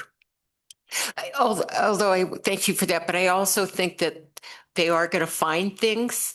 I mean, I'm a little worried, and I think that's part of the reason that we're doing this is, do we have the utmost security? Do we have, if something goes down, this is really complex stuff. And so actually I'm really supportive, and I think it's high time that we did this. But I also think that this is something that in the future we're going to have to keep investing in. Mr. Chairman, members of the board, the infrastructure and many of the things that we're investing in have computer chips and Bluetooth and Wi-Fi and are all interconnected. All this technology, even at our diversions, Matt and them can talk about the technology at Gates. The answer to your question is 100% that's true. Yes. So now we need to move along with the contract. So I make a motion that we approve this contract. I second. Okay, we have a motion second. Is Director Huron? Second. We don't know where he is. Director Huron? I think he's still temporarily out of the building. All in favor, say aye. Aye. See. Thank you. Thank you, Richard. Okay, next item, we already dealt with 9A. Is the approval of an MOA with Explora. And Casey and Colin, you've both been involved in this, and could we have a little background on how this came together? Absolutely, Mr. Chair. I might actually offer the floor to Vice Chair Baugh to provide that background. He was very well tied in with the initial endeavor with Explora last year. Excellent. Yeah. Thank you, Casey and Chair Kelly and the board. This is exciting. This is something that I think in light of the hard information today that we're talking about, our season of water, the season of education and the district's role in education is kind of at an all-time high right now. And this is a really good example of last year. the district rising to the cause to help out a great collaborator when they had federal monies be retracted back, and that they had a program in the works that wasn't funded. And so we gave them a one-time injection to keep that going. And we said, well, let's talk more about how we can maybe support this. And this is that kind of idea coming to shape. And so it's looking at a 5-year plan so that this educational concept can really take root and that they can work and implement this throughout the Middle Valley. I think that they had mentioned that they can serve upwards to 4 to 6 schools per semester or per year. And we've seen great success with that project that we saw them help house ACE Leadership and CESOS in coordination with MRGCD last year. And that was one of the things that they did on top of the outreach and kind of engagement they did with 3 or 4 schools. So they are taking, that's the other really interesting thing. This is a collaborative effort. So they're taking kind of our model and helping it make a little bit more sense to school age kids and scaffold it appropriately through a K-8 model, maybe even with some high school. But it's very exciting to see that the district is trending in the right way towards education and understanding the need to get our kids well-versed in the complexity of what water is in the Southwest. Yeah, and Vice Chair Baugh, thank you very much for that. I think this partnership is really just an extension of what we're trying to do at Valle Vista Elementary School by building interactive experiences for students to better understand how our network is really part and parcel to everything that goes on here in the Middle Valley. So whether it's agriculture, water conveyance, flood control, these are all STEM related elements. And I think we're really trying to recruit the next generation of water managers, farmers, soil scientists. And we want to give them a space to do that. So Casey, do you see this complementing our efforts with BEMP and CESOS with a slightly different group of kids, but the same unified message? Absolutely. In many cases, I think Explora has a little more capacity to reach out beyond South Valley and the metropolitan area of Albuquerque. They've expressed an interest in going down to Socorro, up to Cochiti, down to Valencia. So I think their capacity building gets us further than a lot of the great work that BEMP and CESOS are doing more locally here.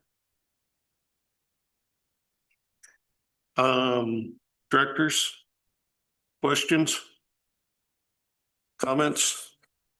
Question for Pam. Pam, this individual item was not in this year's budget, but from our finance committee that took place earlier today that we haven't reported out on, do you have a surplus in the budget in order to pay this out of current year's funding? Chair Kelly, we are projecting a surplus for fiscal year 2026. Thank you. Yes. So directors, it's a good program. Colin definitely supports it. Do you have a question or are you going to let? But I went to the Explorer program last year when the kids made their presentations, and it was really impressive how much they learned and also just how creative they were. And so I would like to make a motion that we approve this contract because I think it's going to be an educational endeavor that's well spent. I'll second that. We have a motion and a second. Director Huron, are you with us? He's still out of the building. All in favor, say aye. Aye. Aye. Thank you all. Thank you, Casey.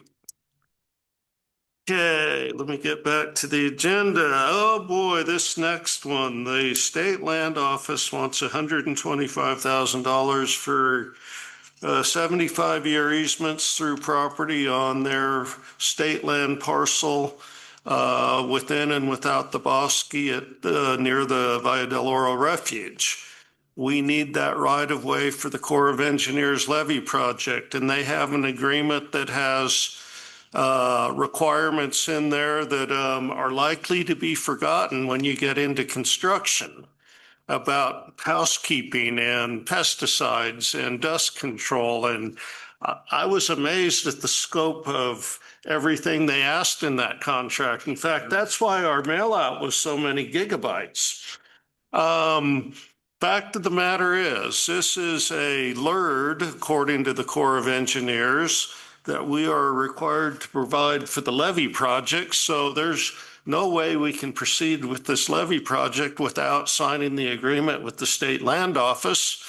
My only question is, could we delay this for 10 years and get another 10 years out of the easement?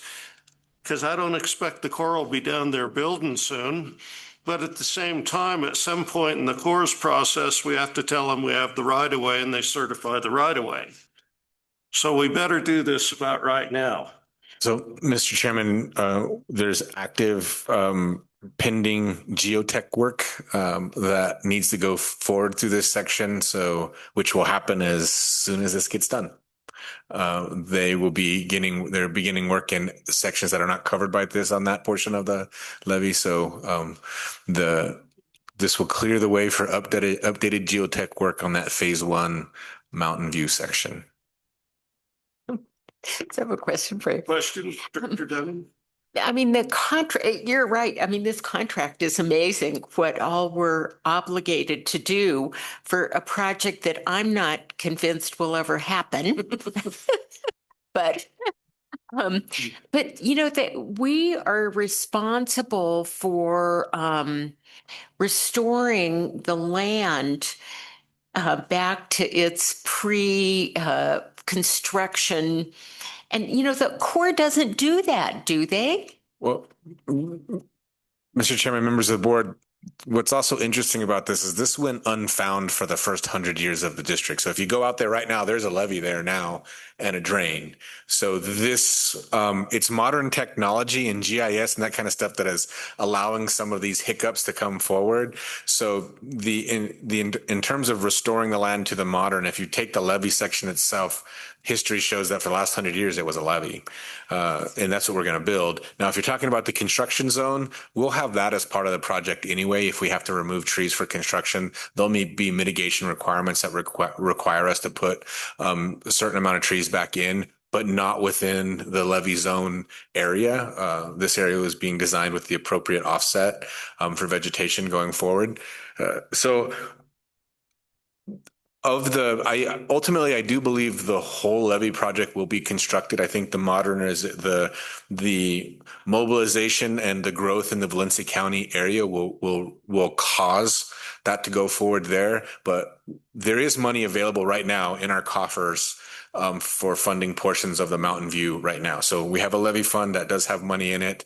We do have local partners here that would contribute money to the Mountain View section in Amafca, Bernalillo County, and others. So I do think of all of the pieces of the Bernalillo to Belen levee, the Mountain View could be constructed in a reasonable timeframe. But the remaining project that extends through Valencia County, I do think urbanization down there will drive the bus and the energy to get that going, and maybe even some of the funding and the energy to get more funding from the state and the feds to bring it about. So, but none of that can, so they tie it all together.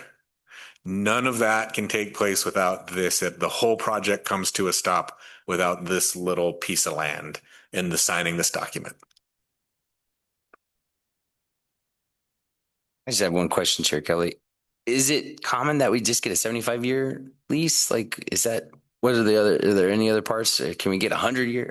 So, as with most governmental entities, they have, like us, we have our standard rules and they have their standard rules, and we actually pushed them to a 75 because it was actually less than that originally. I did try for 100, but we weren't having that conversation. We weren't talking the same there. So I think we've pushed it as far as we can. I think we take what we can get, and then quite frankly, it'll be a future board and a future CEO that tackles the need to re-up with the state land office. But this is the best job and the most flexible me and my team were able to get them. I agree. Thank you so much.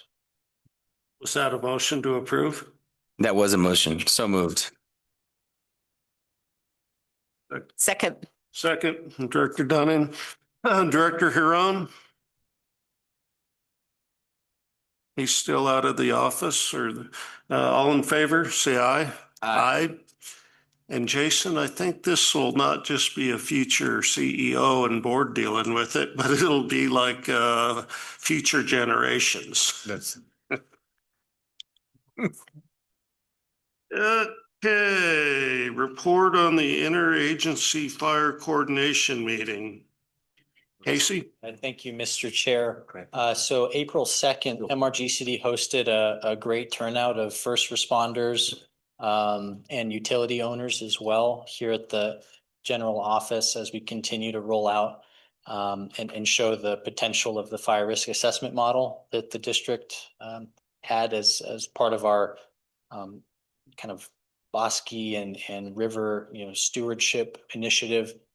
This fire risk assessment model is helping us understand where to allocate limited resources across 30,000 acres of bosque. And we wanted to have first responders in to get their initial take, especially in the context of the Unified Fire, which had just been mopped up no less than a week prior to this meeting. So we had the Unified Fire Polygon available. We talked through how the model can show areas of potential severity when it comes to rate of spread. Also kind of give a little bit of detail into the vegetation types, all things that first responders are kind of interested to know. A few data points that we were also interested in getting their feedback, and some of the things that really floated to the top was the need to integrate jetty jack lines as a GIS layer as part of the model, so that when first responders are responding to an active fire, they can use this model to not only see where the higher rates of spread potentially are, but also in context of where those dangerous jetty jack lines might be.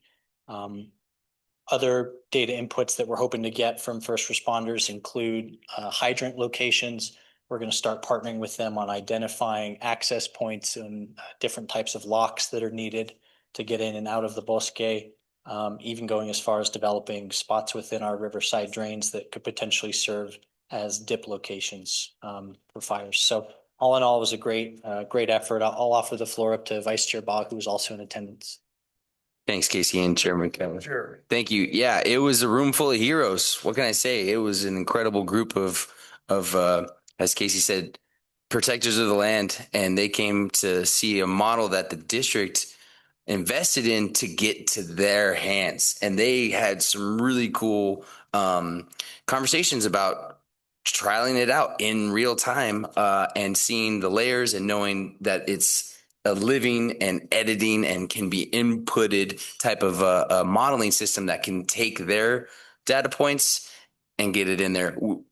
We are very lucky to have such a great team looking after such complexities that really kind of fall outside of a lot of the stuff that we do, but really is taking front stage right now with the crises that we see with the drought and the catastrophic fire mitigation that we're trying to approach in a collective way. And so they were very thankful. I think that was the biggest thing I could say is they were so receptive and just kind of were like, thanks for hosting us and showing us that you guys are thinking about this as well. And it was the first of its kind for the district, and it was really well received, and there's a lot to come out of it. So thank you, Casey. Thank you, Joanna. Thank you to your team for putting it together. And I'm excited to better understand how the board can support those suggestions from the community on how to better serve in times of very high crisis and need, when time is of the essence, critical points that we can build into the model so that when it happens, it's best prepared.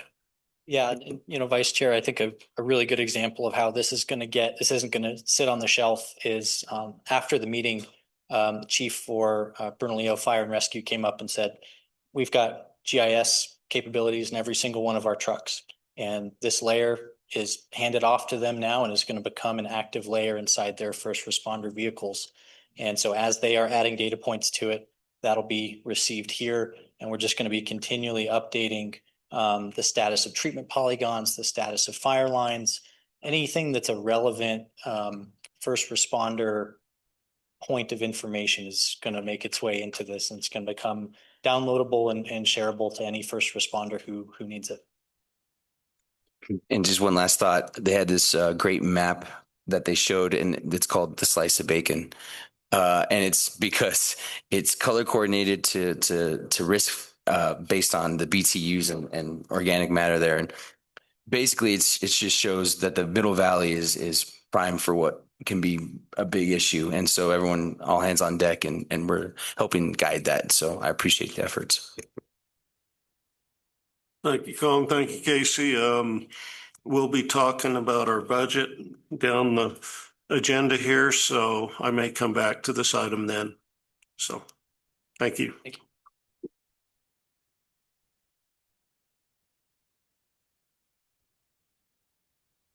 Okay, Eric. One more board meeting after this one. They ain't so. But who's counting? So,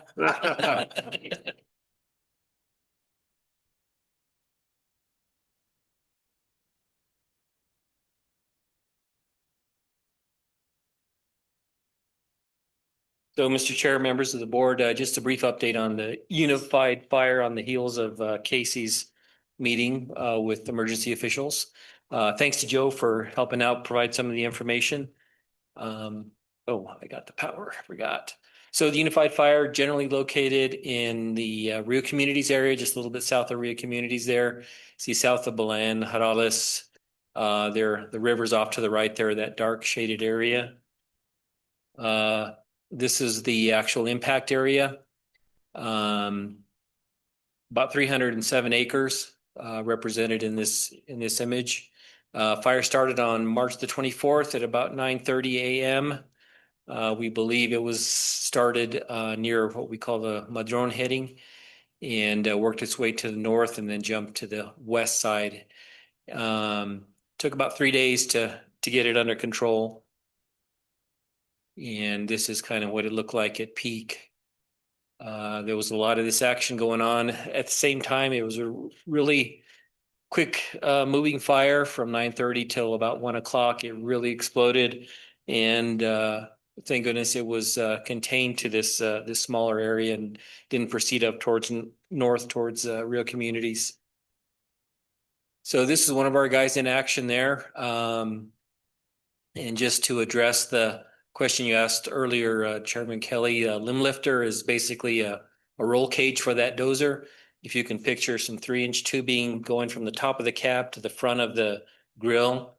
That way, if a limb was to fall on the dozer, it wouldn't damage the engine and get the dozer stuck in the middle of a situation. But this picture was taken about 10:30 a.m. to between 10:30 and 11 o'clock, a little bit south of, if you all know where former state senator or state representative and Valencia County Commissioner Ron Gentry lives, just a little bit south of his house. This is the area just a little bit north of where we believe the fire started. This is what our operators were trying to do, cut a fire line. This is a area that was dozed and provided access for emergency services. And this is the aftermath. We're looking north, a little bit northwest right now. And a little bit, or that was northeast, this is a little bit northwest. And here's a little closer view of the area. Some containment efforts or some cleanup efforts in this photograph. Special thanks to the MRGC employees, our 2 division managers, Julian Avalos, who was out running Freddie and Richard Montano back and forth, having them switch out through their shifts throughout the night. I think the last shift for Julian was about 11 o'clock the evening of the 24th. And Tyler was out pretty much the whole fire with his guys, making sure that everybody's okay. Getting guys into the even the Socorro division guys to their equipment throughout the day and night. Cole Benjamin from the Belen division was operating the dozer in the picture we saw earlier, and he was out attending the morning briefings and then attending to the fire line throughout the night. Special thank you to Jonathan Marcus. Jonathan Marcus is the equipment supervisor in Belen. Knowing that he had an on-call heavy equipment operator on duty that night, he was concerned that that he wouldn't have the ability to respond if there was a gopher hole, something, you know, along those lines in the Belen division. So Jonathan took it upon himself to man the dozer himself. And so he was there all night and again showed up at the 7 a.m. briefing with the incident command. So thanks to the MRGC employees for stepping up. And we did have a little bit of an issue. Part of the reason that we're ordering a fire-ready dozer is one of our newer dozers in Belen suffered some damage. I mean, it got a little too close to the fire, if you will. And we had some, like the exterior plastic, the door handles, things like that melted. About $1,000 worth of damage. So minimal compared to the work that the machine did. That's kind of it, the fire in a nutshell. Any questions? Director Dunning. I'm sorry to ask all the questions. Did that, you know, all the ash from the fire, did that impact irrigation? Mr. Chair, Director Dunning, not in this area. The irrigation water from this area flows basically down to Socorro. So nothing is captured for the Belen division. And by that time it's been diluted. We didn't have any reports there was some reports of small debris in the water in Socorro, but maybe Director Lopez, if you had any experience with that, but I didn't get any reports of that. No, there was no debris from the fire. It's kind of nice to have some kind of ash in the water it kind of helps out the carbon. Yeah.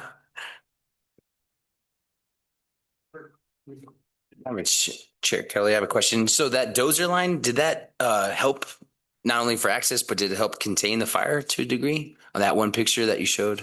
Mr. Chairman, Mr. Vice Chair, yes, it did. There was several fire lines cut. Our guys were there on call throughout the night. They were relieved of duty, I believe, about 11:30 a.m. the second day.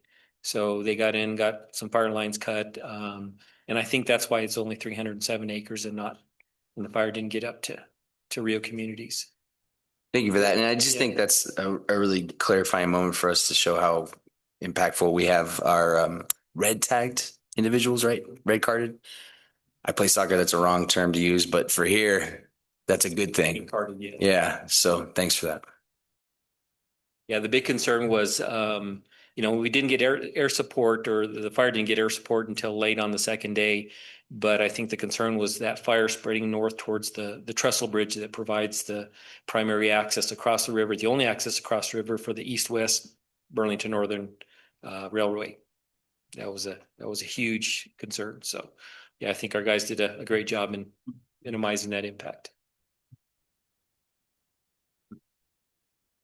So directors, 305 acres? 307. 307, that's 1% of our total of our area of bosque burned up in 2 days. We need to get our restoration curve ahead of that one by a whole bunch. The equipment we purchased today was going to help a lot. Great. And I have one last question. Maybe this is for Joanna. What was the level of burn that we saw on that? Is it how do you what's the terminology, like complete burn, utter burn, like what? Because there's levels of devastation. Kelly, board members. Yes, just from I was out there, it was Tuesday. I started going out Thursday, Friday, Monday, and I will be out on Thursday again assessing.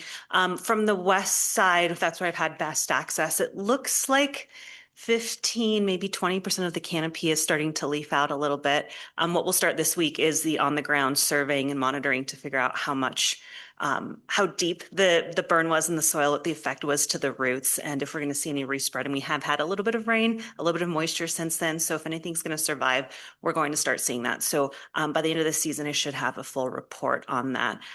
So in some areas, we are seeing a lot more survival than in others. So I will have a report on that. But there's always some, and hopefully the grasses will come back. But it was a severely impacted area because it was so dense. I had done, one of our projects was just on the northwest end of that, the New Berlin project.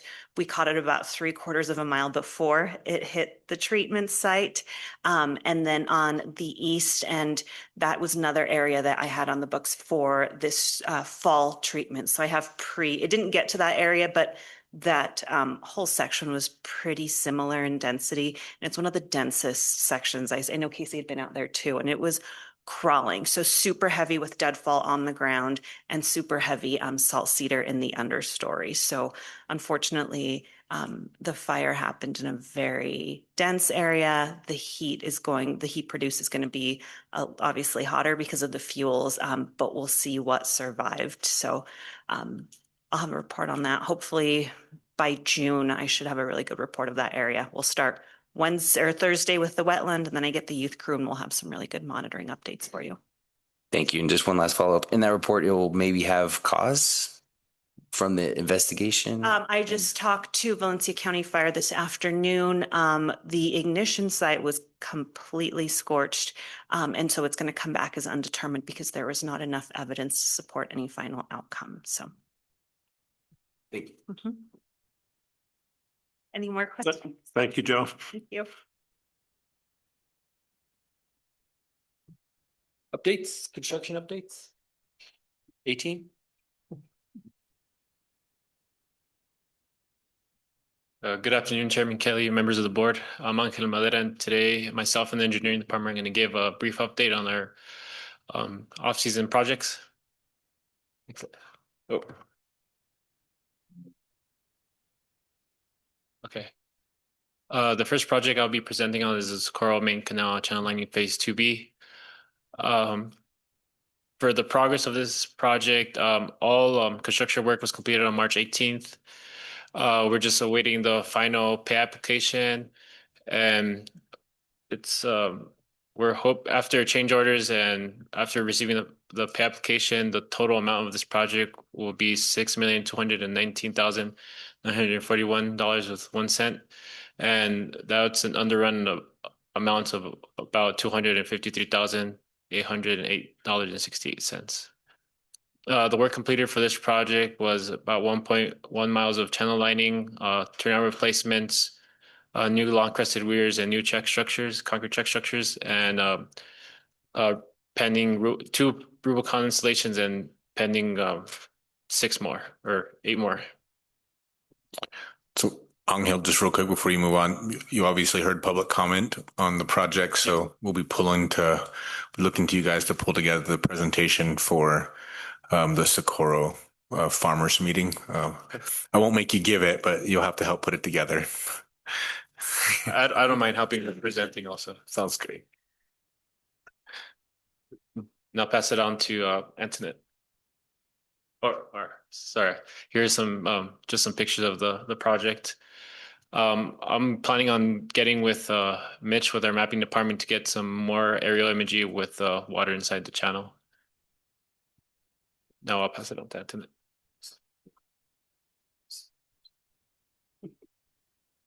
Good afternoon, Chairman Karen Lee and members of the board. So first project I'll be presenting is the Loretta Road project. Bid opening was done on February 2nd with 1 bid received. We did go through negotiation with Star Paving and came out with about $982,000, including tax. NTP was issued today with anticipated completion on August 6, 2026.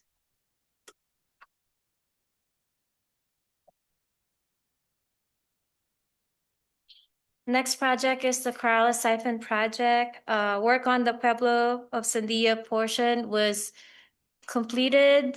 Well, what work can be done prior to the HDD operation and the 42-inch pipe installation? Current construction right now is on pause pending delivery of the conductor casing, which we are anticipating to get by end of April. So look ahead, April, we're gonna have the 140 linear feet of new conductor casing, about 2 to 3 weeks of installation and prep work in May. And we're hoping to start HDD operation by June of this year. Contract completion, we're still hopefully on track by December 31st of this year. Yeah, we have. Yes, Yeah. sorry. We progress wise as well, we're about 34% amount expended and about 33% contract time use.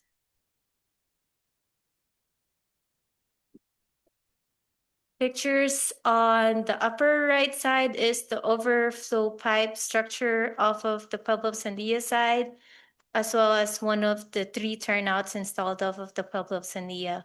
With all the works done on the Pueblo Sandia side, they should be good to irrigate this season. Next project is the Feeder 3 Phase 1. Funding source is Water Trust Board. Construction was awarded to AUI for about almost 4 million, including tax. Our consultant for this project is BHI. Progress wise, we paid almost 2 million to the contractor. About 46% of the contract funds is expended and about 40% of contract time used. Progress wise as well, they've installed about 35% of the whole pipe installation completed. And they've completed all the jack and bore off of NM 116 as well as Harales Road. And they've completed open trench pipe off of the Armillo Road, as well as the new pavement. Look ahead, they're just going to resume work installing those 36-inch PVC pipe. They're waiting on some parts for the 6-inch ARV and vault. And contract completion date for this project is August 1st, 2026, with the butterfly valves of tentative delivery in December this year. And internet, just for clarification, this is, I know it says up there phase 1, but phase 1, the future phases of the pumps, the construction of the pump section and the connection to the pipeline is not part of the timeline or the cost that you're seeing right now. That's great. And with that, I'll pass it on back to.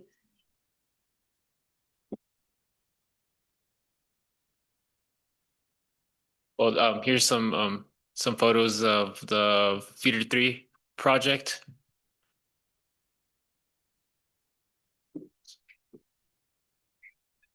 Give a second so you guys could look at them. So the left picture is the installation. That's an open trench off of for the 36-inch PVC. The upper right picture is the trench off of NM 116 for the jack and bore. And the right bottom picture is the new pavement off of Armillo Road.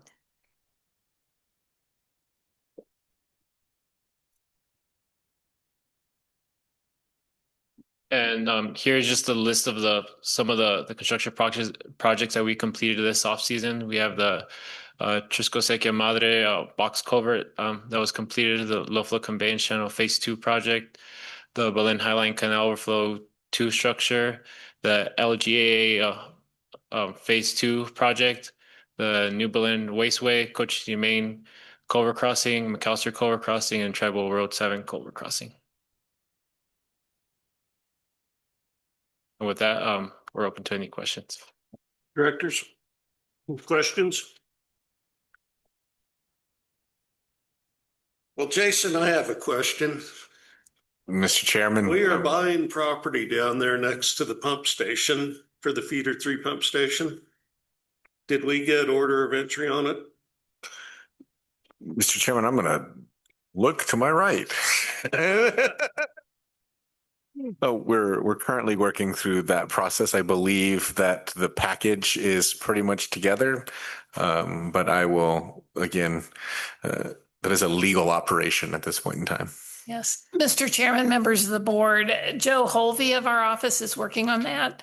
And I do believe that we have that package just about ready to go. Thank you. Thank you. Mr. Chairman, members of the board, just one final thought. I just want to let you know that now that we're through the bulk of the projects for the off season, we are going to sit down as an engineering team with Mr. Kasuga and do basically lessons learned on the projects that we did. We're going to assess and analyze overruns, cost overruns, any delays, anything that we may be able to learn from this season. As you recall, back in October, we talked about, $27 million worth of work, and trying to get that amount of work bid or advertised, bid, awarded, and in a construction timeframe. We missed some things, and we knew that going in. And I think now it's probably going to be time for us to document that and provide a report back to the board and to Mr. Kasuga where we were strong and where we were weak. And I think that it was a good learning opportunity for us, 3 young engineers, and willing to learn. And I think that we've learned a lot over this off season, and we will be better in the next go round. And we just hope that we do have many more go rounds to go, as we have a lot of infrastructure to improve on this 100-year-old system. Eric, I'd be sure you invite your contractors rep to that meeting, or a separate one with the same topic. They probably have a different point of view on things, but all good in your consultant rep. So, thank you. Well, again, thank you all for that work. We did a boatload of work in the last 6 months, and we're seeing results of it, good results. Yep. Right. Thank you. Thank you. Okay, we had a finance committee meeting today. And at that finance committee meeting, the finance committee is Vice Chair Bond, Director Russelbach, and myself. And they appointed me chair of the committee, so I have to give the report. We talked about savings in the budget that are going to allow us to do a few things that are covered in item C here, which is an amended budget resolution. A big one is we're going to do a early payoff on the Isleta Diversion Dam settlement. This was money that was part of the settlement with Isleta Pueblo and the Bureau of Reclamation. And the Bureau had asked us to park the money for the future fish passage at Isleta Dam that is still a pipe dream on somebody's drafting board. And now they want to index that remaining money by the CPI per year. And Pam can make a lot more money investing that money than she can paying that rate. So we're going to move that forward to the tune of $700 and some thousand. There's some cleanup items on grant money coming in and coming out, and we've done plenty of budget adjustments. And this grant money, sometimes it's hard to anticipate when it's going to hit. So when it does hit, we got to amend the budget. We went through third quarter financial reports.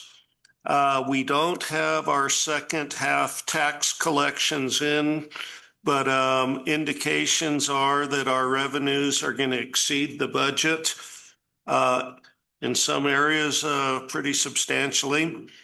We also, Pam's group has looked at the expenditures, and we're finding budget savings.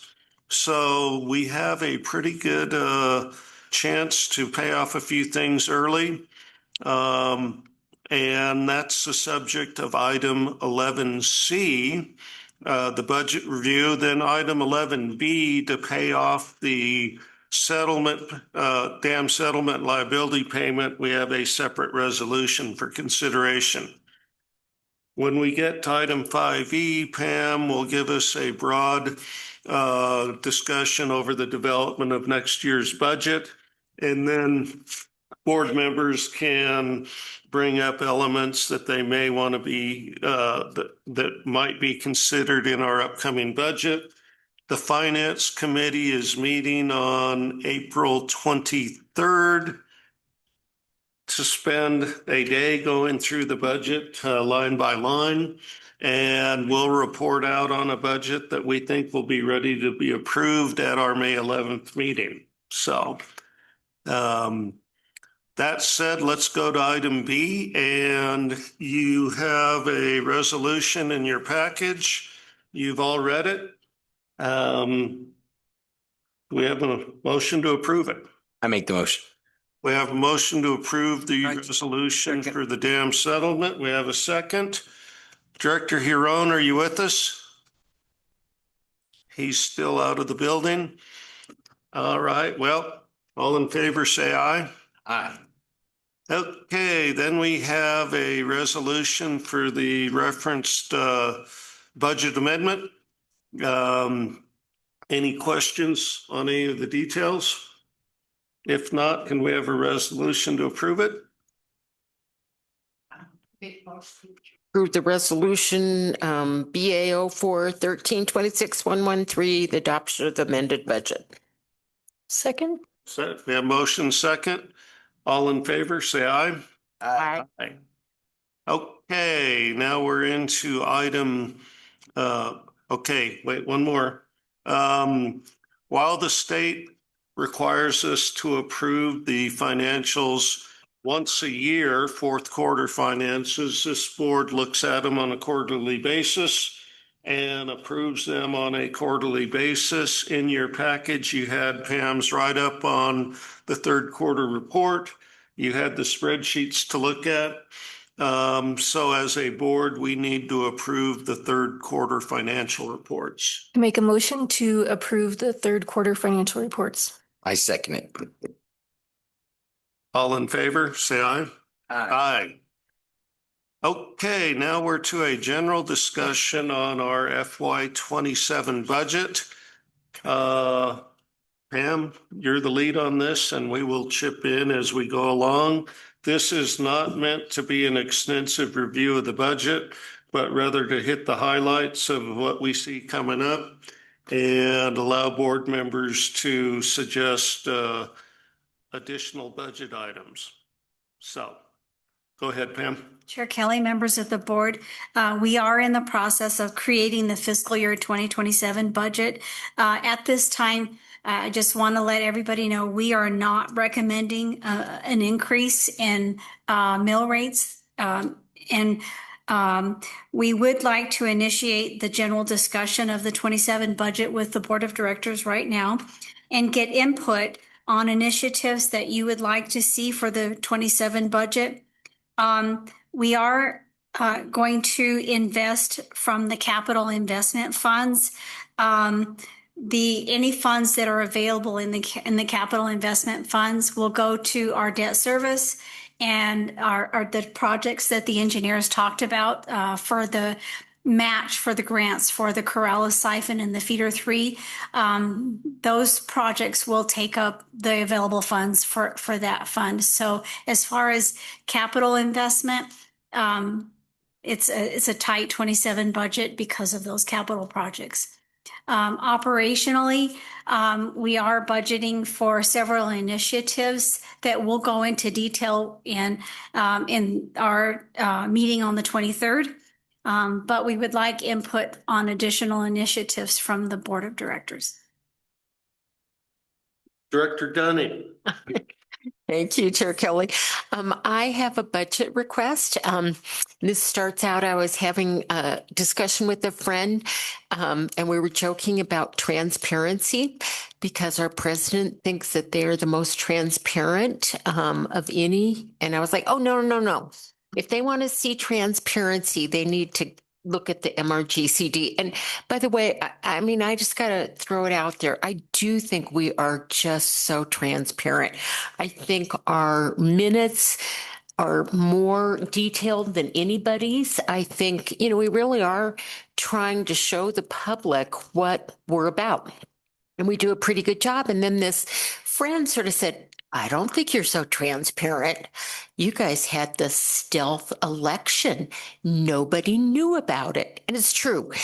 And for years, it was really hard because we never knew, until the legislature passed this last rule, we never knew, our elections going to be in June? Are they going to be in October?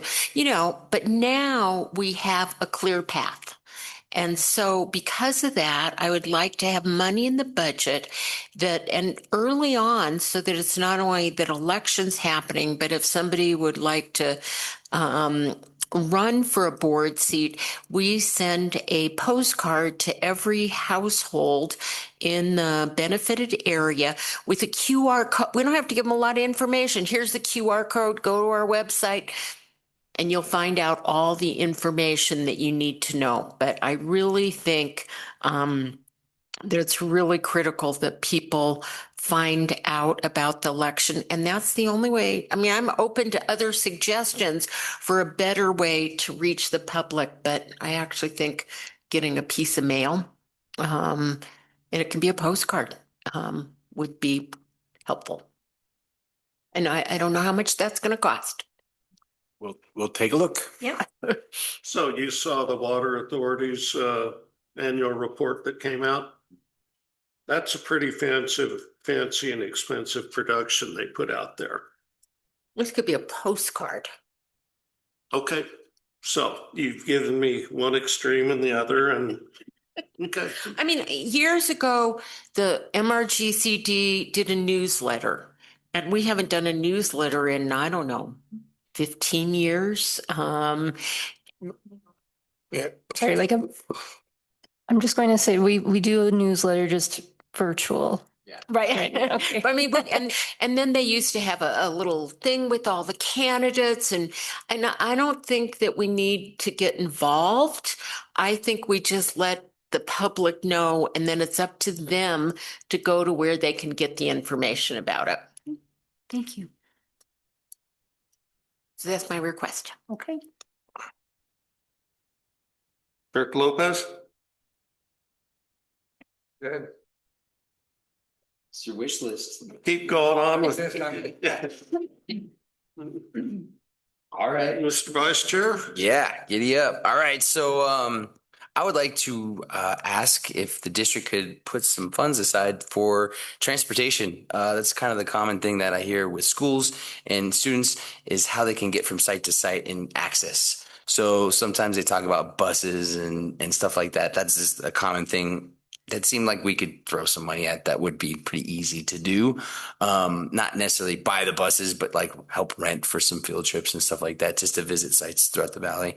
But mainly the big ask I have is to help kind of maybe create some funding to create our kind of strategic water bank that we've kind of talked about, maybe housed in the Mr. Ish's department for maybe proactively going after water rights that are going to leave the valley to buy them, or secure them so we can keep them in our system. And that's it. So, Mr. Vice Chair, we have talked with our legal counsel about how would we draft such a policy, and it's breaking new ground. And are you talking being sure our legal budget is enough to research the issue so we get to a resolution that would be workable to initiate it? Or are you talking about putting money in there to start buying? Maybe both, but I defer on which would be the best front-footed approach to securing a good policy that we can fund throughout multiple years, not just one go. So establish it and go in the right direction. So I defer to the experts, but I imagine it's maybe buying some right away and seeing how it goes and being competitive, and then maybe seeing, I don't know.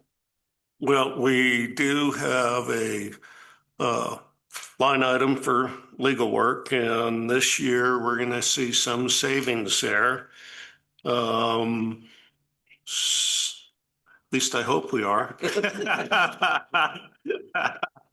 It feels like a long time between now and June 31st. So if you're a knock on wood kind of person. Anyway, we may not have to make a separate increase on the legal side to do the legal work, but let's consider that. Director Usabaka.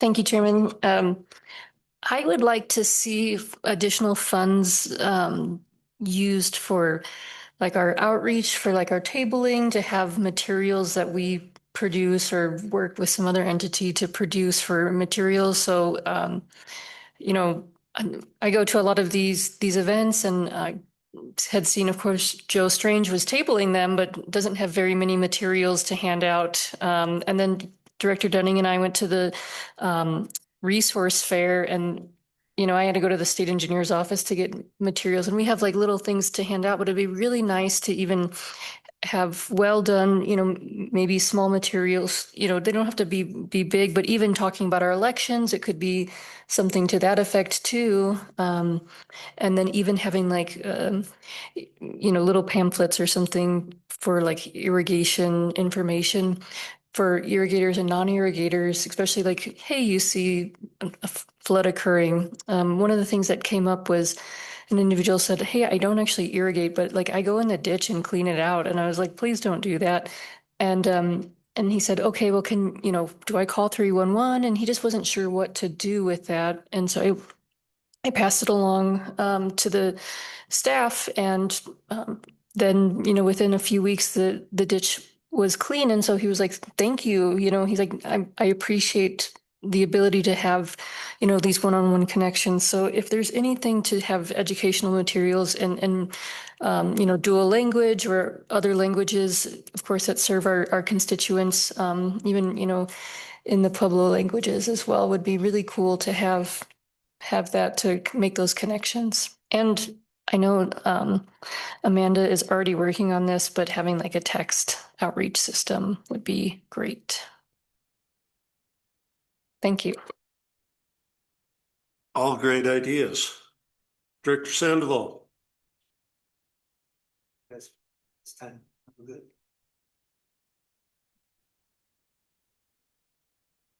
Director Huron, not with us. I have a lot of items on my wish list, but I also have a realization that when we approved that $1 million increase for our capital improvement fund, we gave Jason direction that, hey, we're going to live within this mill levy for the next 5 years. We also have state statute that doesn't let us adjust the mill levy. We're going to increase the water service charge by the CPI, which is the way we set that up. So I can't reach into a new magic pot of money to do a whole bunch of things. But Jason, Pam, a year ago, we started doing our own on-farm efficiency program. And I think Casey started with $150,000. And you've got most of that spent. And I think that's a location we're going to see more conservation taking place, and probably a bigger bang for the buck than a environmental leasing program. I'd like you guys to consider raising that funding level. And then the rest of it, I think, is keep on with the program that's been working. Budget money for what we need with the 2 bargaining agreements with the unions. And if you're going to do anything, accelerate equipment replacements. But that's my one ask, is let's look at the on-farm stuff. So, and I support the other recommendations from the board. And so what does that mean? Jason and Pam crank through the budget, and they show us a balanced budget. And then if we decide we're going to go with extra money here, and here, they're going to have to cut from somewhere else. But the finance committee will work through that with Pam and Jason and come back with you guys with a budget that we're going to be ready to approve on May 11th. But I think the big take here is we are not increasing the mill levy, and we're only increasing the water service charge. Well, that actually happened a year ago already because that water service increase takes place for the next water year. So, further questions, comments? I'm going to ask one question. Eric, you're leaving here in a month, so Still planning? I'm sure you've already told Jason, here's what this place really needs. Yep.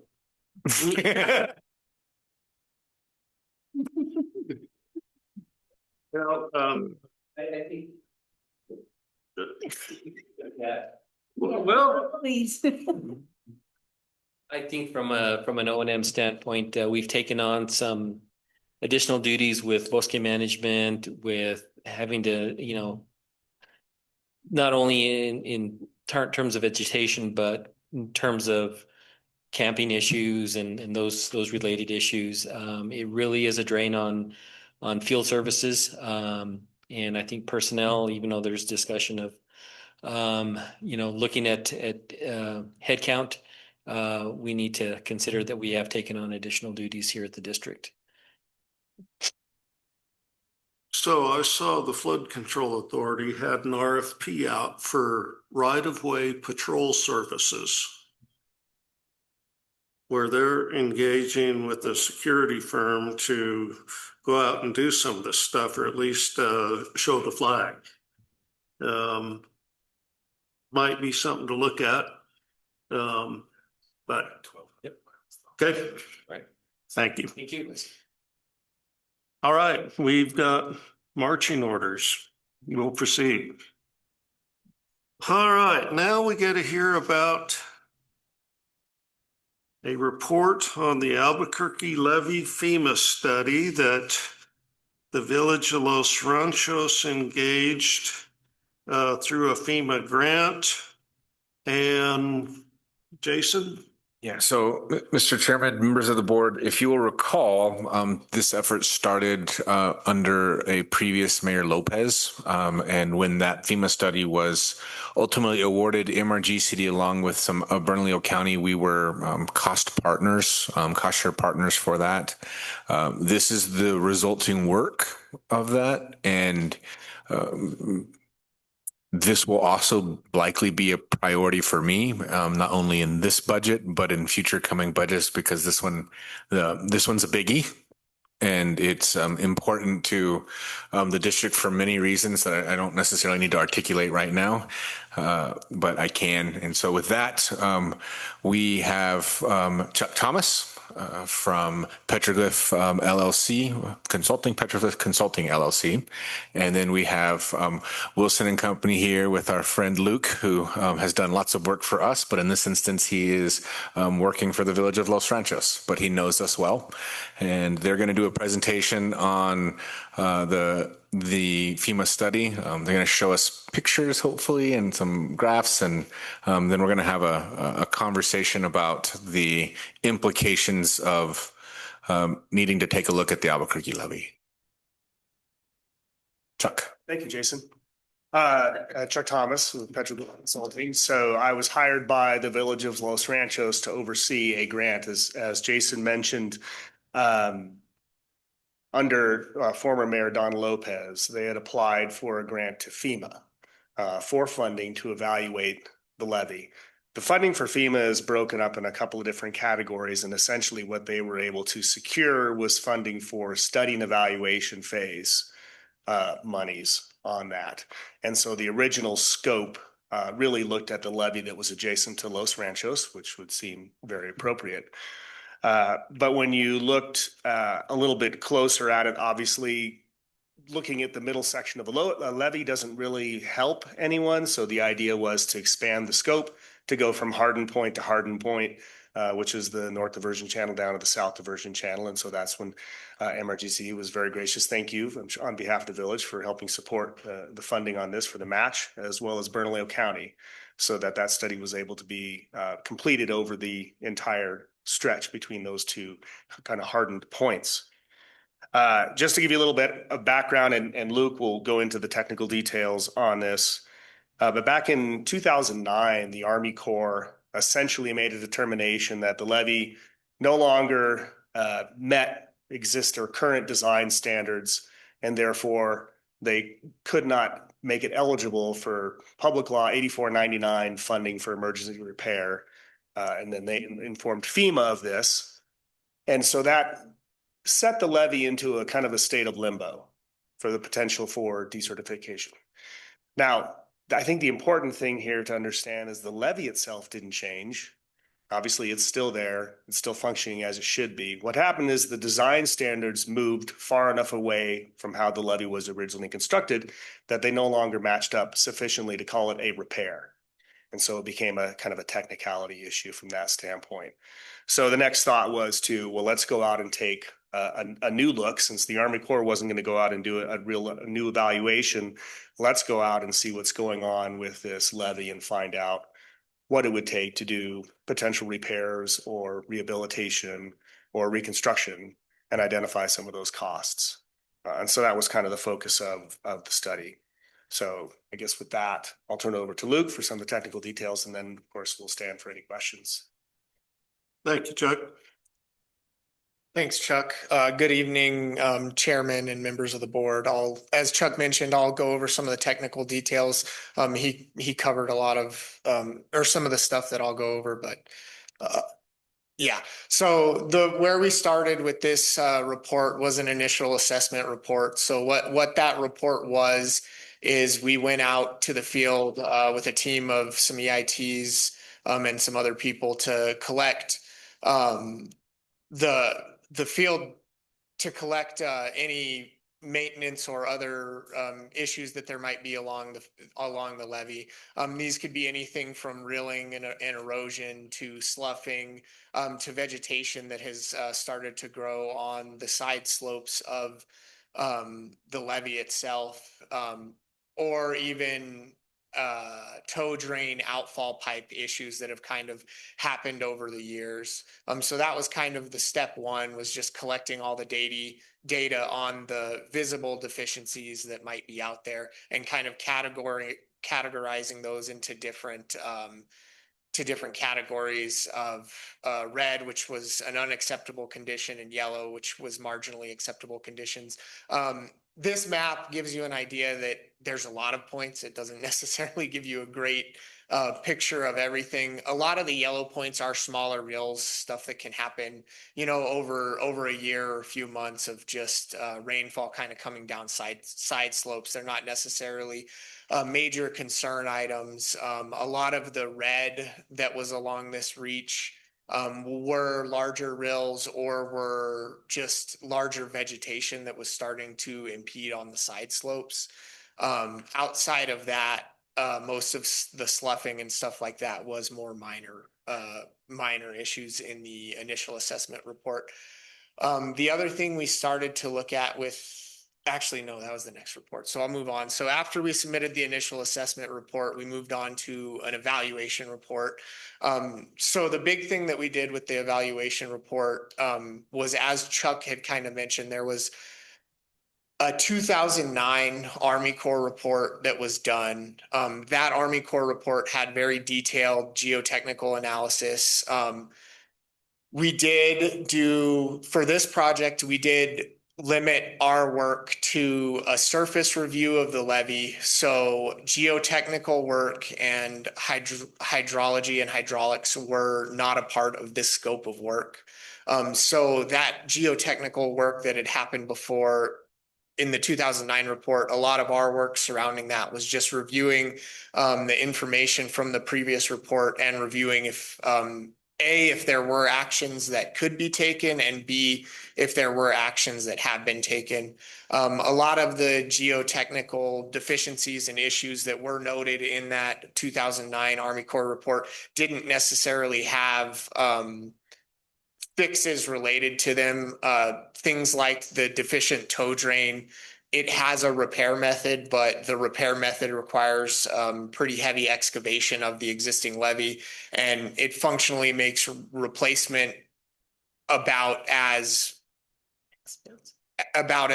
good as restoration of the tow drain. One of the big issues with the tow drain, as Chuck had kind of mentioned, is design standards have kind of passed how the tow drain was initially constructed in the 1950s. And in the 1950s, what they didn't really have in their standards was filter material.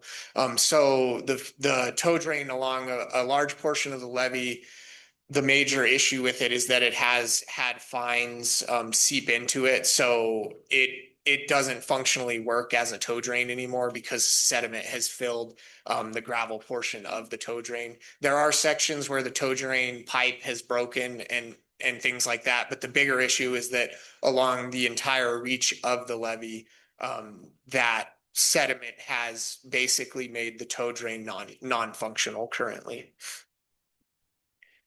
So once we had kind of went through that evaluation report, done review of the 2009 report, it documented the data we collected in the field. The next step we looked at was a high-level review of potential repairs and information that the Army Corps had put out previously about potential repairs. So what you're seeing on the left here was repair costs for the high priority, medium priority sections that were previously called out on the map. What we used for these costs was the Army Corps' levy cost estimating tool. One thing you will kind of notice about the costs there is that the high unit cost versus the low unit cost has a pretty large gap. That's because the levy cost estimating tool does have a pretty substantial contingency that's kind of tied to it. We would have to do a more detailed analysis of what specifically these repairs would require in each given location to iron that number out a little bit more. But this does give a general idea of how much some of these maintenance repairs could cost. And then the bottom one on there is the cost to replace the entire tow drain based on that levy cost estimating tool. And one thing I guess to note is this probably does seem like a pretty high cost. As I had kind of mentioned, the tow drain replacement would almost require excavation of the entire levee. So that's not necessarily unexpected to see for that replacement of the tow drain along that entire 18.8 mile section from the North Diversion Channel to the South Diversion Channel. So Luke, just to clarify, that would be historical ways in which they constructed it, which is to lay the whole thing back. Yes. Okay. Yeah. So I want to make sure I know we're talking about the core numbers here, but I'm pessimistic on a core number. I've been through 4 recalculations of the Albuquerque levee in my 10 years here, in the Bernalillo to Belen. So with a high degree of caution, we look at these numbers as on here, but I don't think we should spend a ton of time stressing about their numbers there. But we should spend more time focusing on that the levee has a problem and we should start our own level of investigation. The tools that the Corps provides for our solution here, and when we get into that piece, likely if we want a solution in our lifetimes, we're not likely to use a core process on the Albuquerque levee. So for the purposes of that, I don't know if we want to, we can move these numbers just for real world. Well, could be slightly more, could be slightly less, but I would not put a ton of stock in the core tool. Yeah, and I guess that's the other number there is the reconstruction cost, and that was kind of an expected reconstruction for that full 18.8 mile. And that did, as Jason say, start from an Army Corps number as well. So you get some of that there too. So the last kind of option, or the last kind of item that we have started to discuss a little bit with Jason is kind of the steps moving forward and what options you have. So the main items that we've kind of talked about now are ways to attack potential reconstruction. And so, oh, go ahead. Sorry, can I take over from here? Yes. All right. Sorry, Mr. Chairman, members of the board, I actually don't love a lot of the options up there, especially if we're looking at running through core and those kinds of things. I think there are some, we're going to be looking at some other options for FEMA funding and like that. But if we want to shift to the piece about next steps, because I don't know that a ton up there will be, especially relying on core processes, will be helpful to us here. Okay. Yeah. The last part of it, kind of that discussion of coordinating with the state, I'll just kind of go into it. I don't necessarily have a slide prepared for it, but I'll just go into it on this question slide. So the other item that we've talked with Jason about is just starting to work on coordinating a design with the district or coordinating I guess I'll start with kind of, we've talked about doing two different tracks. So A would be kind of a design track, is attacking design first, getting a better handle. I'll take it from here. Yeah. Yep. Sorry. Thanks, Luke. Sorry. It is not my recommendation to the board that we go through a federally led process for the Albuquerque levy. We have one of those. I've been working on it a decade. I'll probably work on it for 2 more decades if I'm healthy enough to do that. The Albuquerque levy, as you guys know, is unique in that, not that it protects people, but in that the importance of what economically that means to the metro area, quite frankly, but then also to what happens here at the MRGCD. So we get questions about like, what is the benefit of MRGCD's mill? And there is an ag benefit to that for sure, but there is undoubtedly a property benefit. And what Chuck said at the beginning is true, is do I think that there is a strong hydraulic risk to the Bernalillo County residents that the levee will fail and that they will be flooded? I do not believe that's the case. I actually think the probability on that is extremely small. There's a lot of resources here in town that would come together to prevent structurally a levee failure. But administratively, a risk is very much there, which is administratively, FEMA walks in and redraws floodplains and places the constituents that we protect. If you go back to photos over, I believe that's the mapped protected area, right? Yes. From the Corps. So everything in purple shaded currently does not pay flood insurance because they're protected by the levee. But if the levee or the floodplain maps were redrawn as if that levee was never there, all the properties within that purple area would then be, especially if they were trying to sell or if refinance or do something like that, would be subject likely to a flood control insurance. I'm not an expert on flood control insurance, but the criteria for flood control insurance was updated some years back, where it is now a value of the property and structures there based insurance, as opposed to historically, it used to be more of a flat rate insurance. So the likely impact to properties that are more valuable means a much larger flood insurance bill. So the good news is that we're taking proactive steps. This is a FEMA grant, so this report will go into FEMA.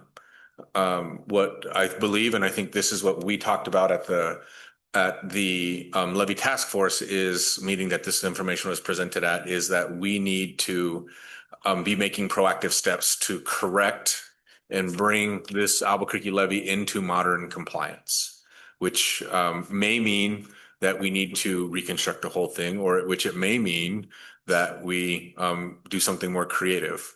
So what I proposed to the levy task force was we do need 2 tracks. The MRGCD, I do believe, and this is my recommendation to the board, we are the non-fed sponsor of this levy. I do believe it is our responsibility as the district to lead the efforts on designing or getting a feasibility study of alternatives to rehabilitate, and then choosing one with our partners, and then moving in and paying the bill to design it.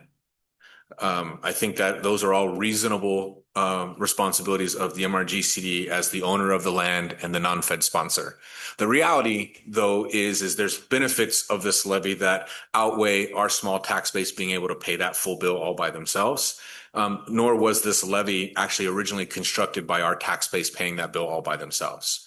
And so the second track on that is, as we're doing this, beginning to do the framework needed to find funding, be that partially state or be it federal, but not the kind of federal funding that takes a chief's report and then an act of Congress and then, right, something that moves us 30 years down the way.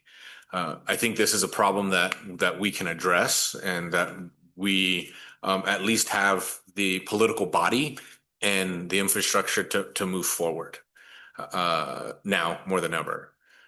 The way I propose that we do that to the board is that a project this size and scope is going to involve an expertise across multiple lines, including the conversation with FEMA, the conversation with local partners, and ultimately going with me and our lobbying team, maybe potentially, to Santa Fe and potentially DC to lay the groundwork with the federal delegation on funding and some funding from the state.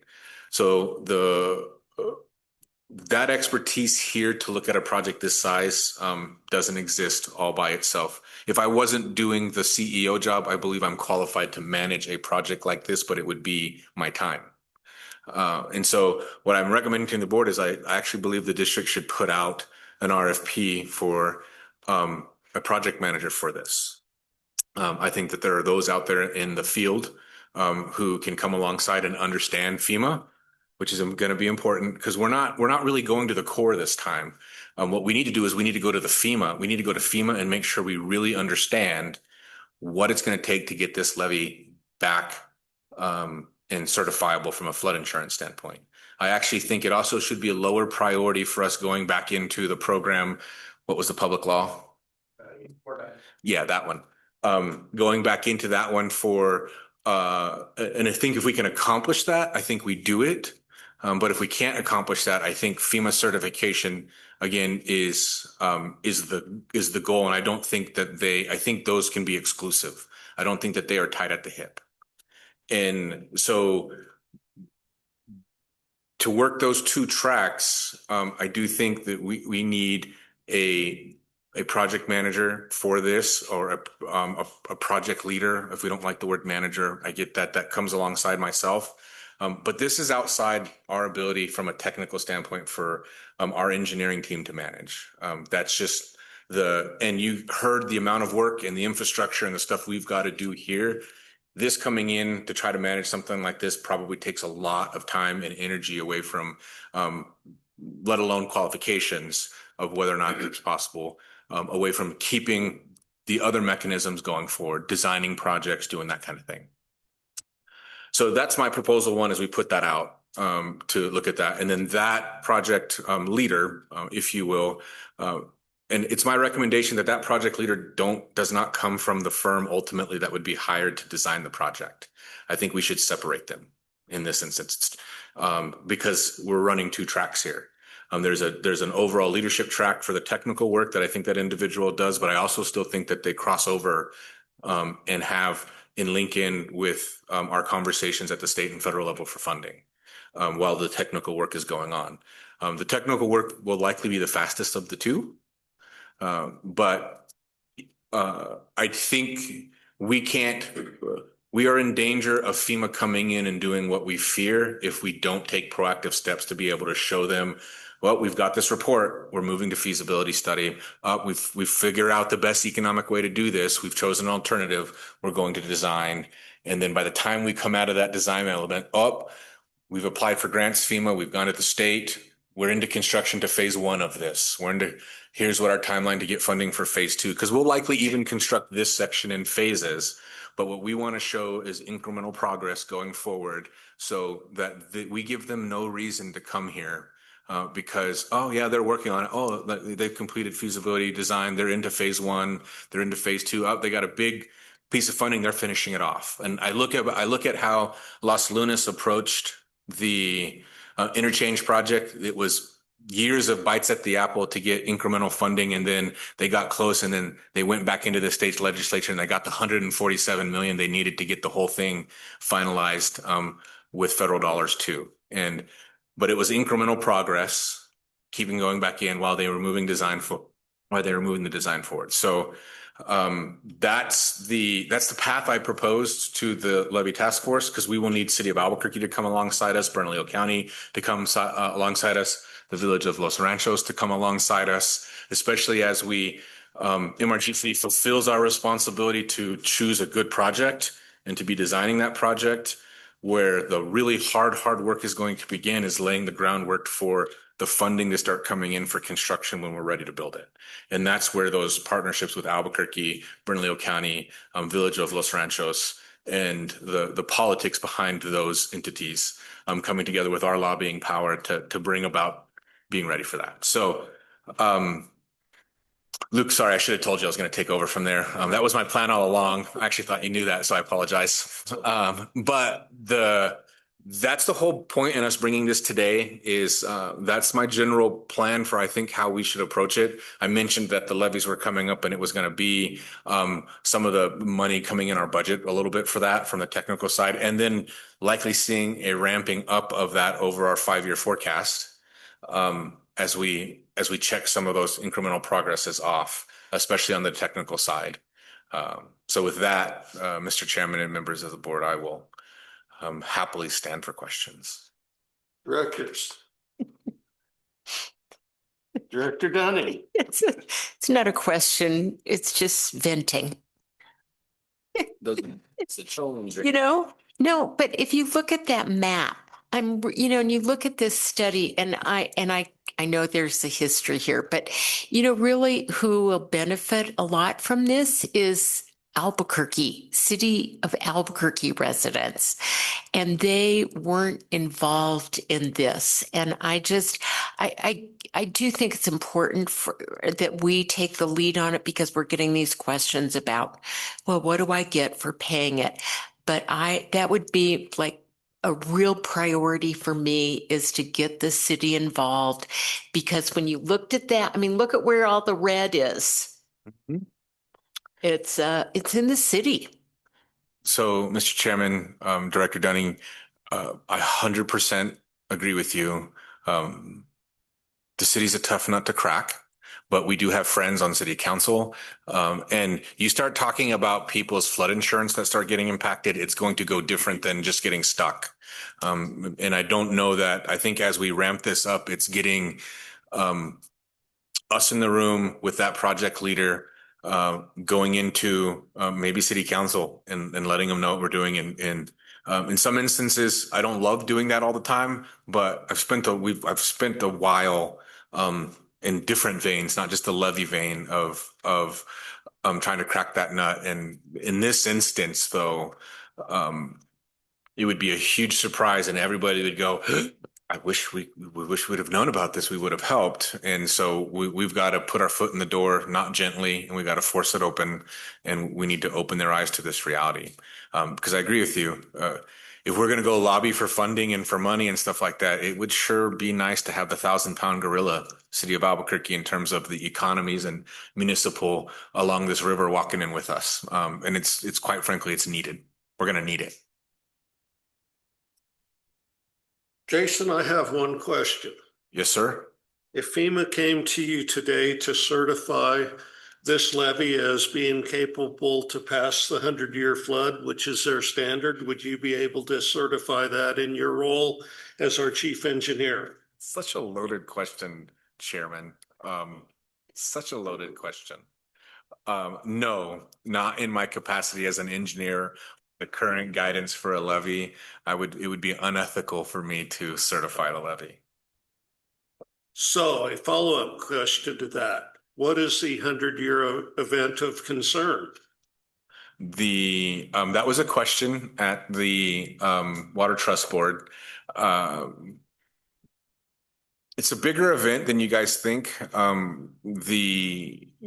The nature of really what's endangering this levee is not really a monsoon event that passes quickly. It's if you remember back a couple of years ago, we had parts of the levee on the west side just because we had 4,000 CFS just stay there, and the levee section got saturated, and that was a certified levee with a functioning tow drain, and it started sloughing, and so we did routine maintenance. So as an engineer, I'm less concerned about a 100-year peak event that will come through, because the 100-year peak has actually dropped, unless you add in a rain on snow event from the North Diversion Channel that hits it at the same time. But it is 6 weeks, which we've had that. We're in extreme drought, but I can take you back 3 years ago where I was presenting to you guys how we spent well over $1 million on doing levee maintenance because we had flow up against the levee for 6 or 8 weeks. So the saturation failure is, and so the importance of the tow drain is more of an issue going forward, as opposed to, do I believe structurally we're likely to see an event that causes the levee to overtop and then erode itself out? No, I think what we're likely to see is events that we have seen recently, 5,000, 6,000 CFS or have something like 9 come up and then it drops to 5 for 6-8 weeks, that create saturation zones of failure. And that is what ultimately leads to flooding the community, not because it overtopped. Thank you, Jason. Directors, in my career, I dealt with a few levees, and if FEMA comes to town and we can't certify the levee, they would map that floodplain as if there is no levee there. That would put 15,000 properties in the floodplain. I think that's the number still. I have it here. It's at least $15.5 billion worth of stuff and 29,000 buildings in this area, So if you're paying a mortgage, you're paying flood insurance. And back in the day, I used to tell people that'd be $2,500 or $3,000 a year. It's probably doubled. This is a huge impact on the cash cow of the MRGCD. And I think Jason is right that we need to take a look at the best repair or rehab technique we can find here. Technology has changed. I still question, do you need a tow drain system on the entire reach of this levee where the bed of the river holds a big piece of that 9,000 CFS? And then where the bike trail went in, Subis actually had them fill on the river side of the levee and build up a whole nother levee to put the bike trail on top of. So in reaches, you have a double levee, but we need to start eating this elephant a bite at a time. Well, and Mr. Chairman, what you asked are really good things that we're going to have to talk to FEMA about and sit down and be able to track these things, because again, even some of the things that you described would, in my mind, set me at ease if I thought failure was the likely mode of harming our constituents. And it's not failure that I think is the likely mode. I think it is getting remapped as a floodplain. And it was interesting because at the levee task force, there was a comment that came up that's like, and it was from the city of Albuquerque, like, well, politically, how likely do you think this is going to happen? And we all pointed to, it's happened already. Look, the town of Bernalillo sits in a floodplain because FEMA remapped them, and the whole town of I don't know if the whole board knows this, but the town of Bernalillo sits in a floodplain for this exact same reason. they were remapped and those floodplain maps were redrawn like the levee that exists, because there's a levee that exists there. But they were redrawn like they don't exist. This was the town of Bernalillo. So with that, I think Chuck has something to add, Chair. Thank you, Jason. Mr. Chairman, directors, and that was the whole intent of this study, was really to be able to provide the material to start a conversation, because we knew we weren't going to be able to dig into the real details that we needed from a technical perspective to get those answers. But it is enough information to really start that conversation. And I think when you look at this particular stretch, and I think to your point, Director Dunning, and you'd mentioned it, Mr. Chairman, this is $15.5 billion worth of property. And that becomes a real leverage tool. So FEMA tends to evaluate all of their grant applications on benefit cost ratio, right? What's the cost of the project? What's the benefit from the project? The higher that ratio, the more competitive your grant funding process is. Many of the funding agencies that have larger sums of funding have a very similar structure that's associated with them. So it's this particular stretch does give us a lot of leverage. And when I say us, I'm including the city of Albuquerque and all the other partners that are involved in this, to say there's a huge benefit here to correcting this. And I think we have a good launching point. This was FEMA funding that started this. So now there's a wedge in with FEMA. And I think when you start being able to have those conversations, and then if you move into design, as Jason mentioned, then we start figuring out what are the possibilities. Do we have the possibility of doing without tow drain? Do we have some other options where we can identify the better way to approach these levees? Because this isn't the only stretch that needs the work. There are others. And I think a modern approach to evaluating the design is really going to also help correct this problem, but it's also going to advise us on the other sections of levees, up and down the Rio Grande as we move forward. But I really appreciate your time. Just wanted to close with that. So Jason, we'll talk about this on the 23rd as we develop the budget. And this would be out of the capital side.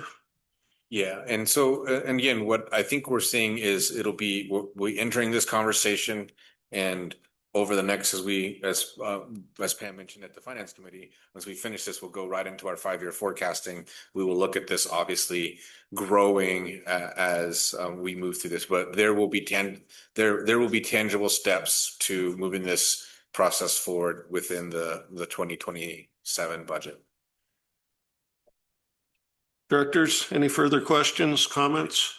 That's why I want to create space. I want to change my wish list item to Pam.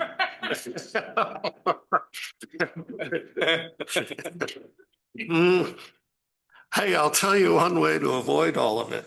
You pay off your mortgage and FEMA can't come to you for flood insurance. But then your insurance guy is probably going to come after you. Okay, thank you guys for coming today. So Mr. Chairman, the rest of these are reports from me, and I can move on. I can move them on quick. Please proceed. So Mr. Chairman, the first one is our meeting with the Pueblo of Isleta. That was twofold.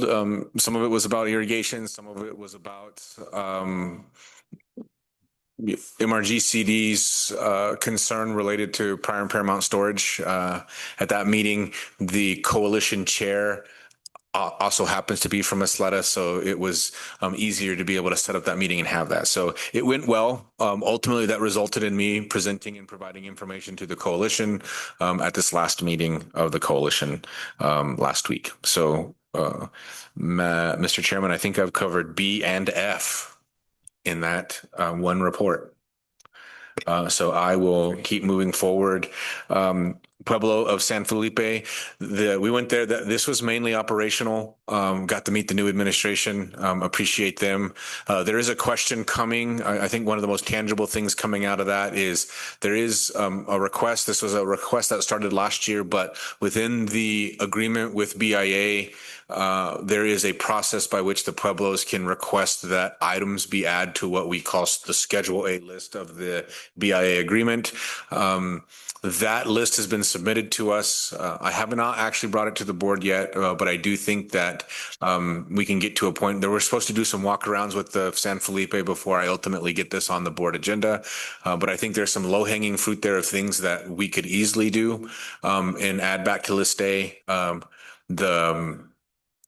But we're trying to align those, which I think is easier for what I could recommend to you, but make sure that's also fits the priorities of San Felipe Pueblo. And there's just a couple of ditches that we need to walk.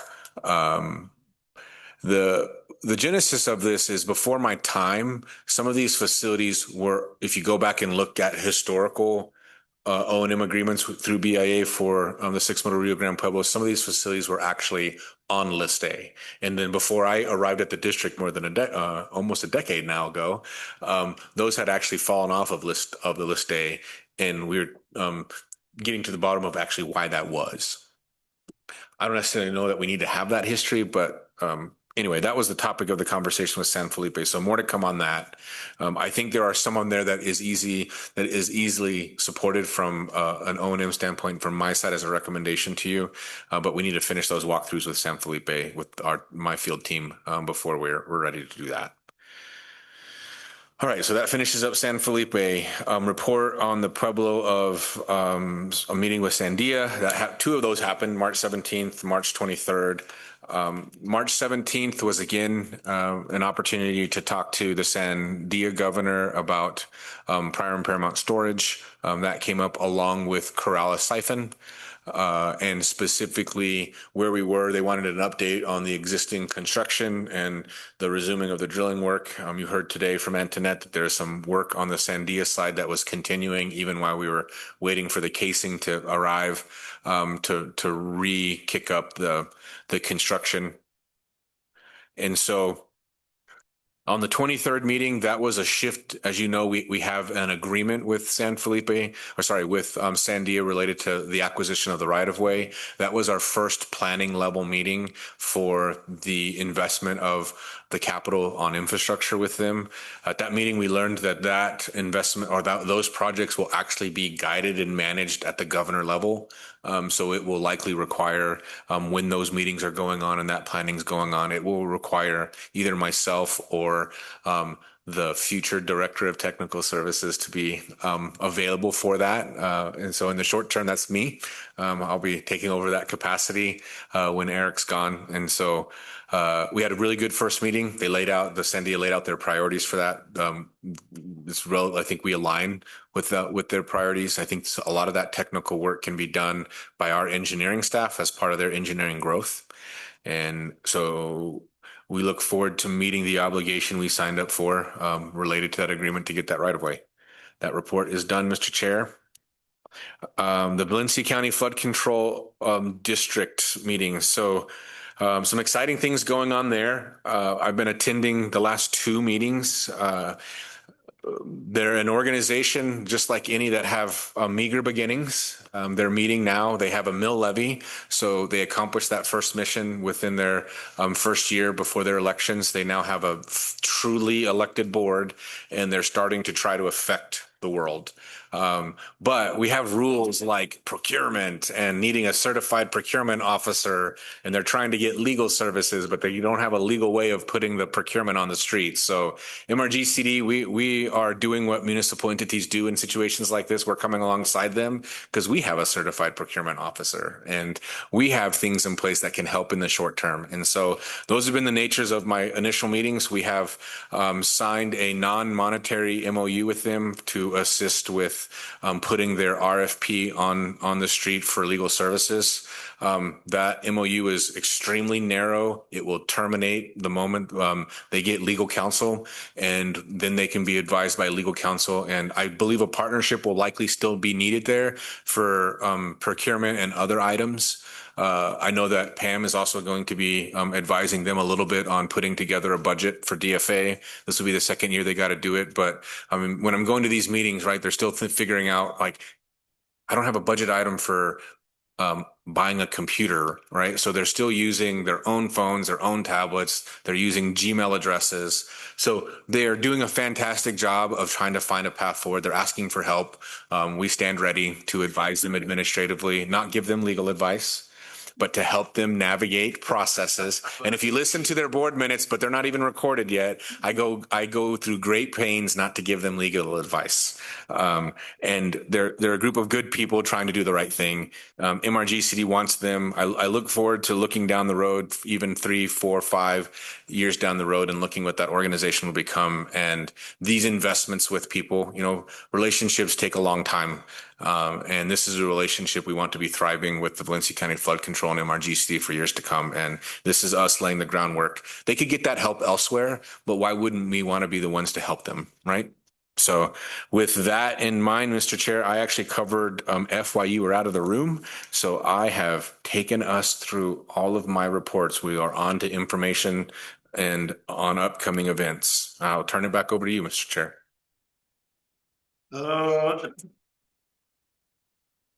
I think we've seen most of these come by us as an email invite. Excuse me? Oh.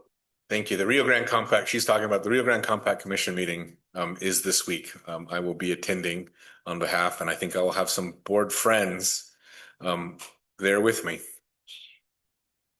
Yeah, and sorry, the Saturday event for that Saturday.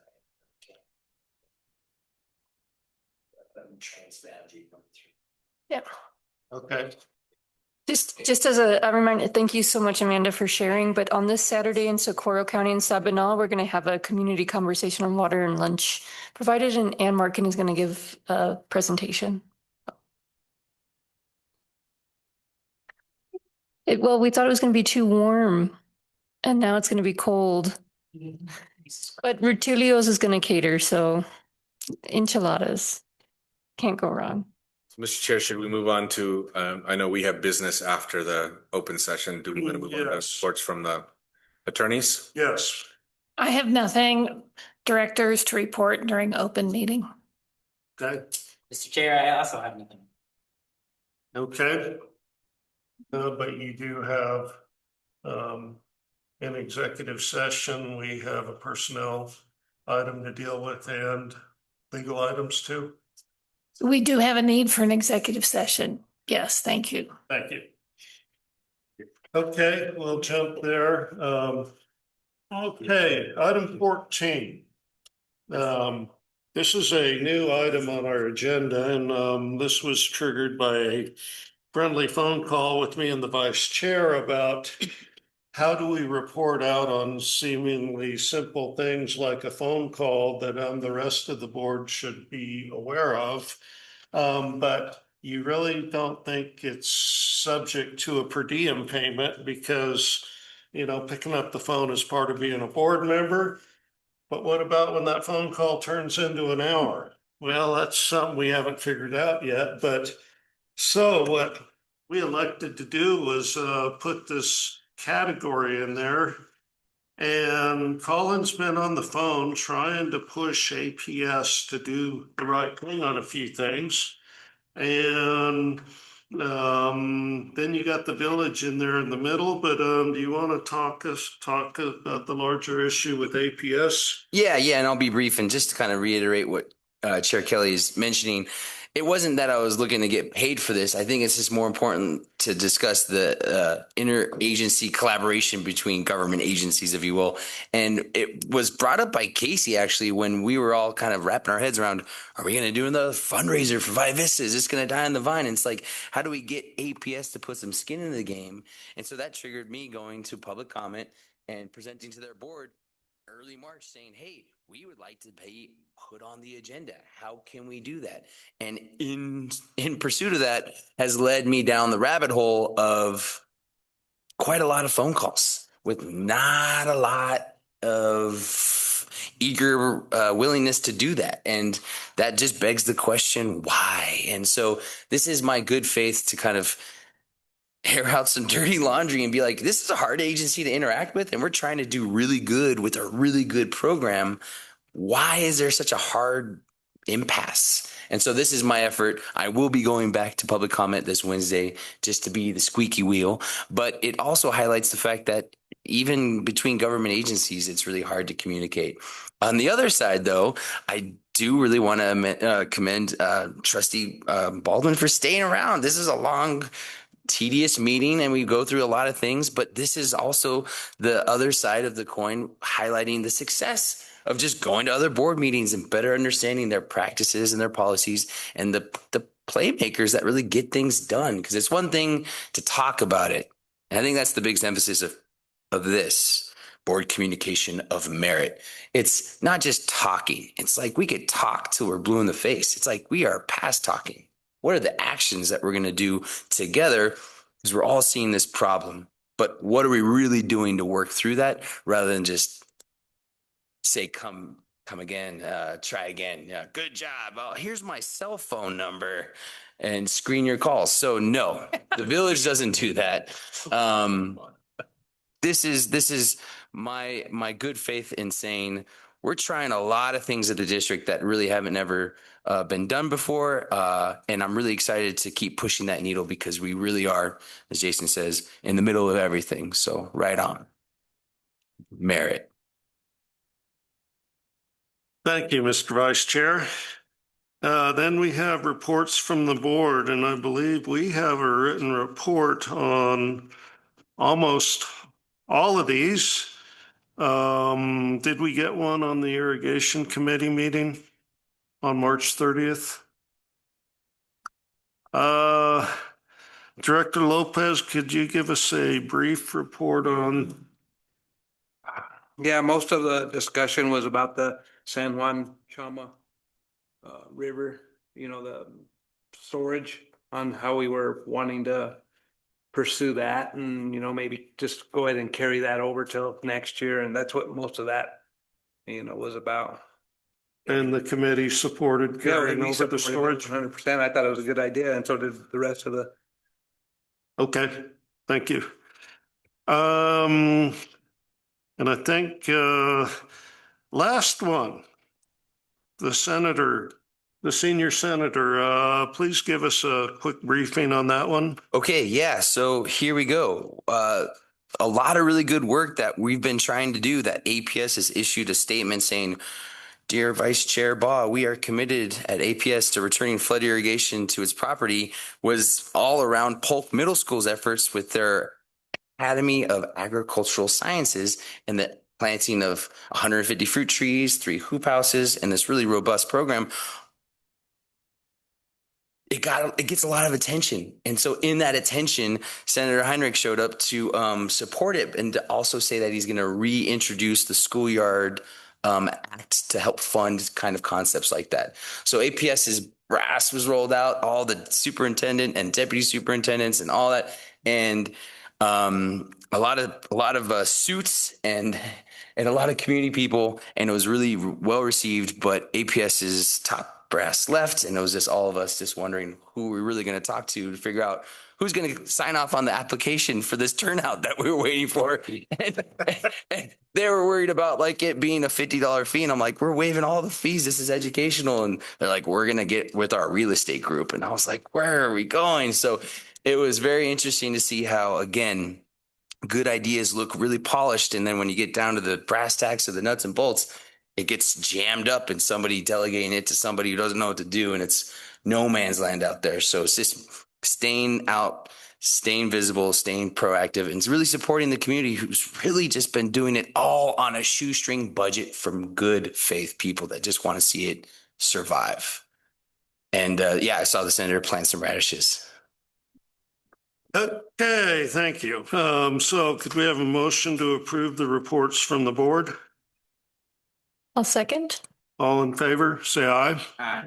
And note that Director Sandoval had to go up to get ready for their annual feast day. And it is on May 1st, and we are all invited to go on up. I was up there last year and had a good time. So We are now going to executive session to discuss both limited personnel matters and threatened or pending litigation. Could we have a motion to go into executive session? I'll second. We have a motion and a second. Roll call vote on this. Director Russo Baca. Yes. Chair votes yes. Vice Chair. Yes. Director Dunning. Director Lopez. Yes. Thinking of. Okay. Yeah. Yeah.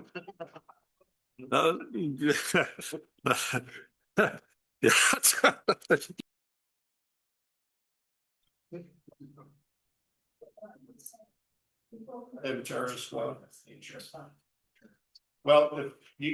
can say that.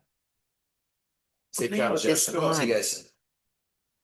Hey, thank you guys for sticking around. Appreciate it. Enjoy the rain. Okay, we're being recorded. Yes. We've been in executive session discussing pending litigation and limited personnel matters. We need to go back into regular session. Could we have a motion to do such? Second. We have a motion and a second. Roll call vote. Director Russo Baca. Yes. Chair votes yes. Vice Chair. Yes. Director Dunning. Director Lopez. Okay, we are back in regular session.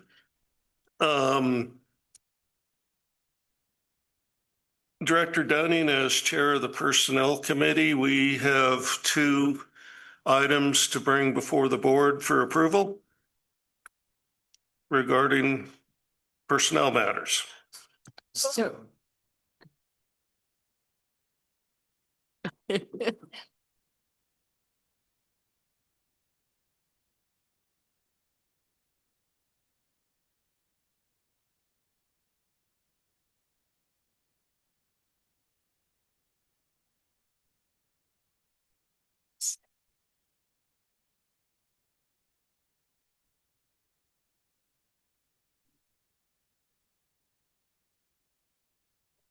Thank you.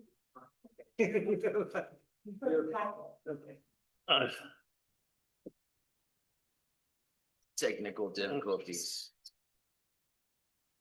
Well, it's also 7:30 at night, and there's a reason we discussed that resolution and didn't jump straight to evaluations at 2 o'clock. In what?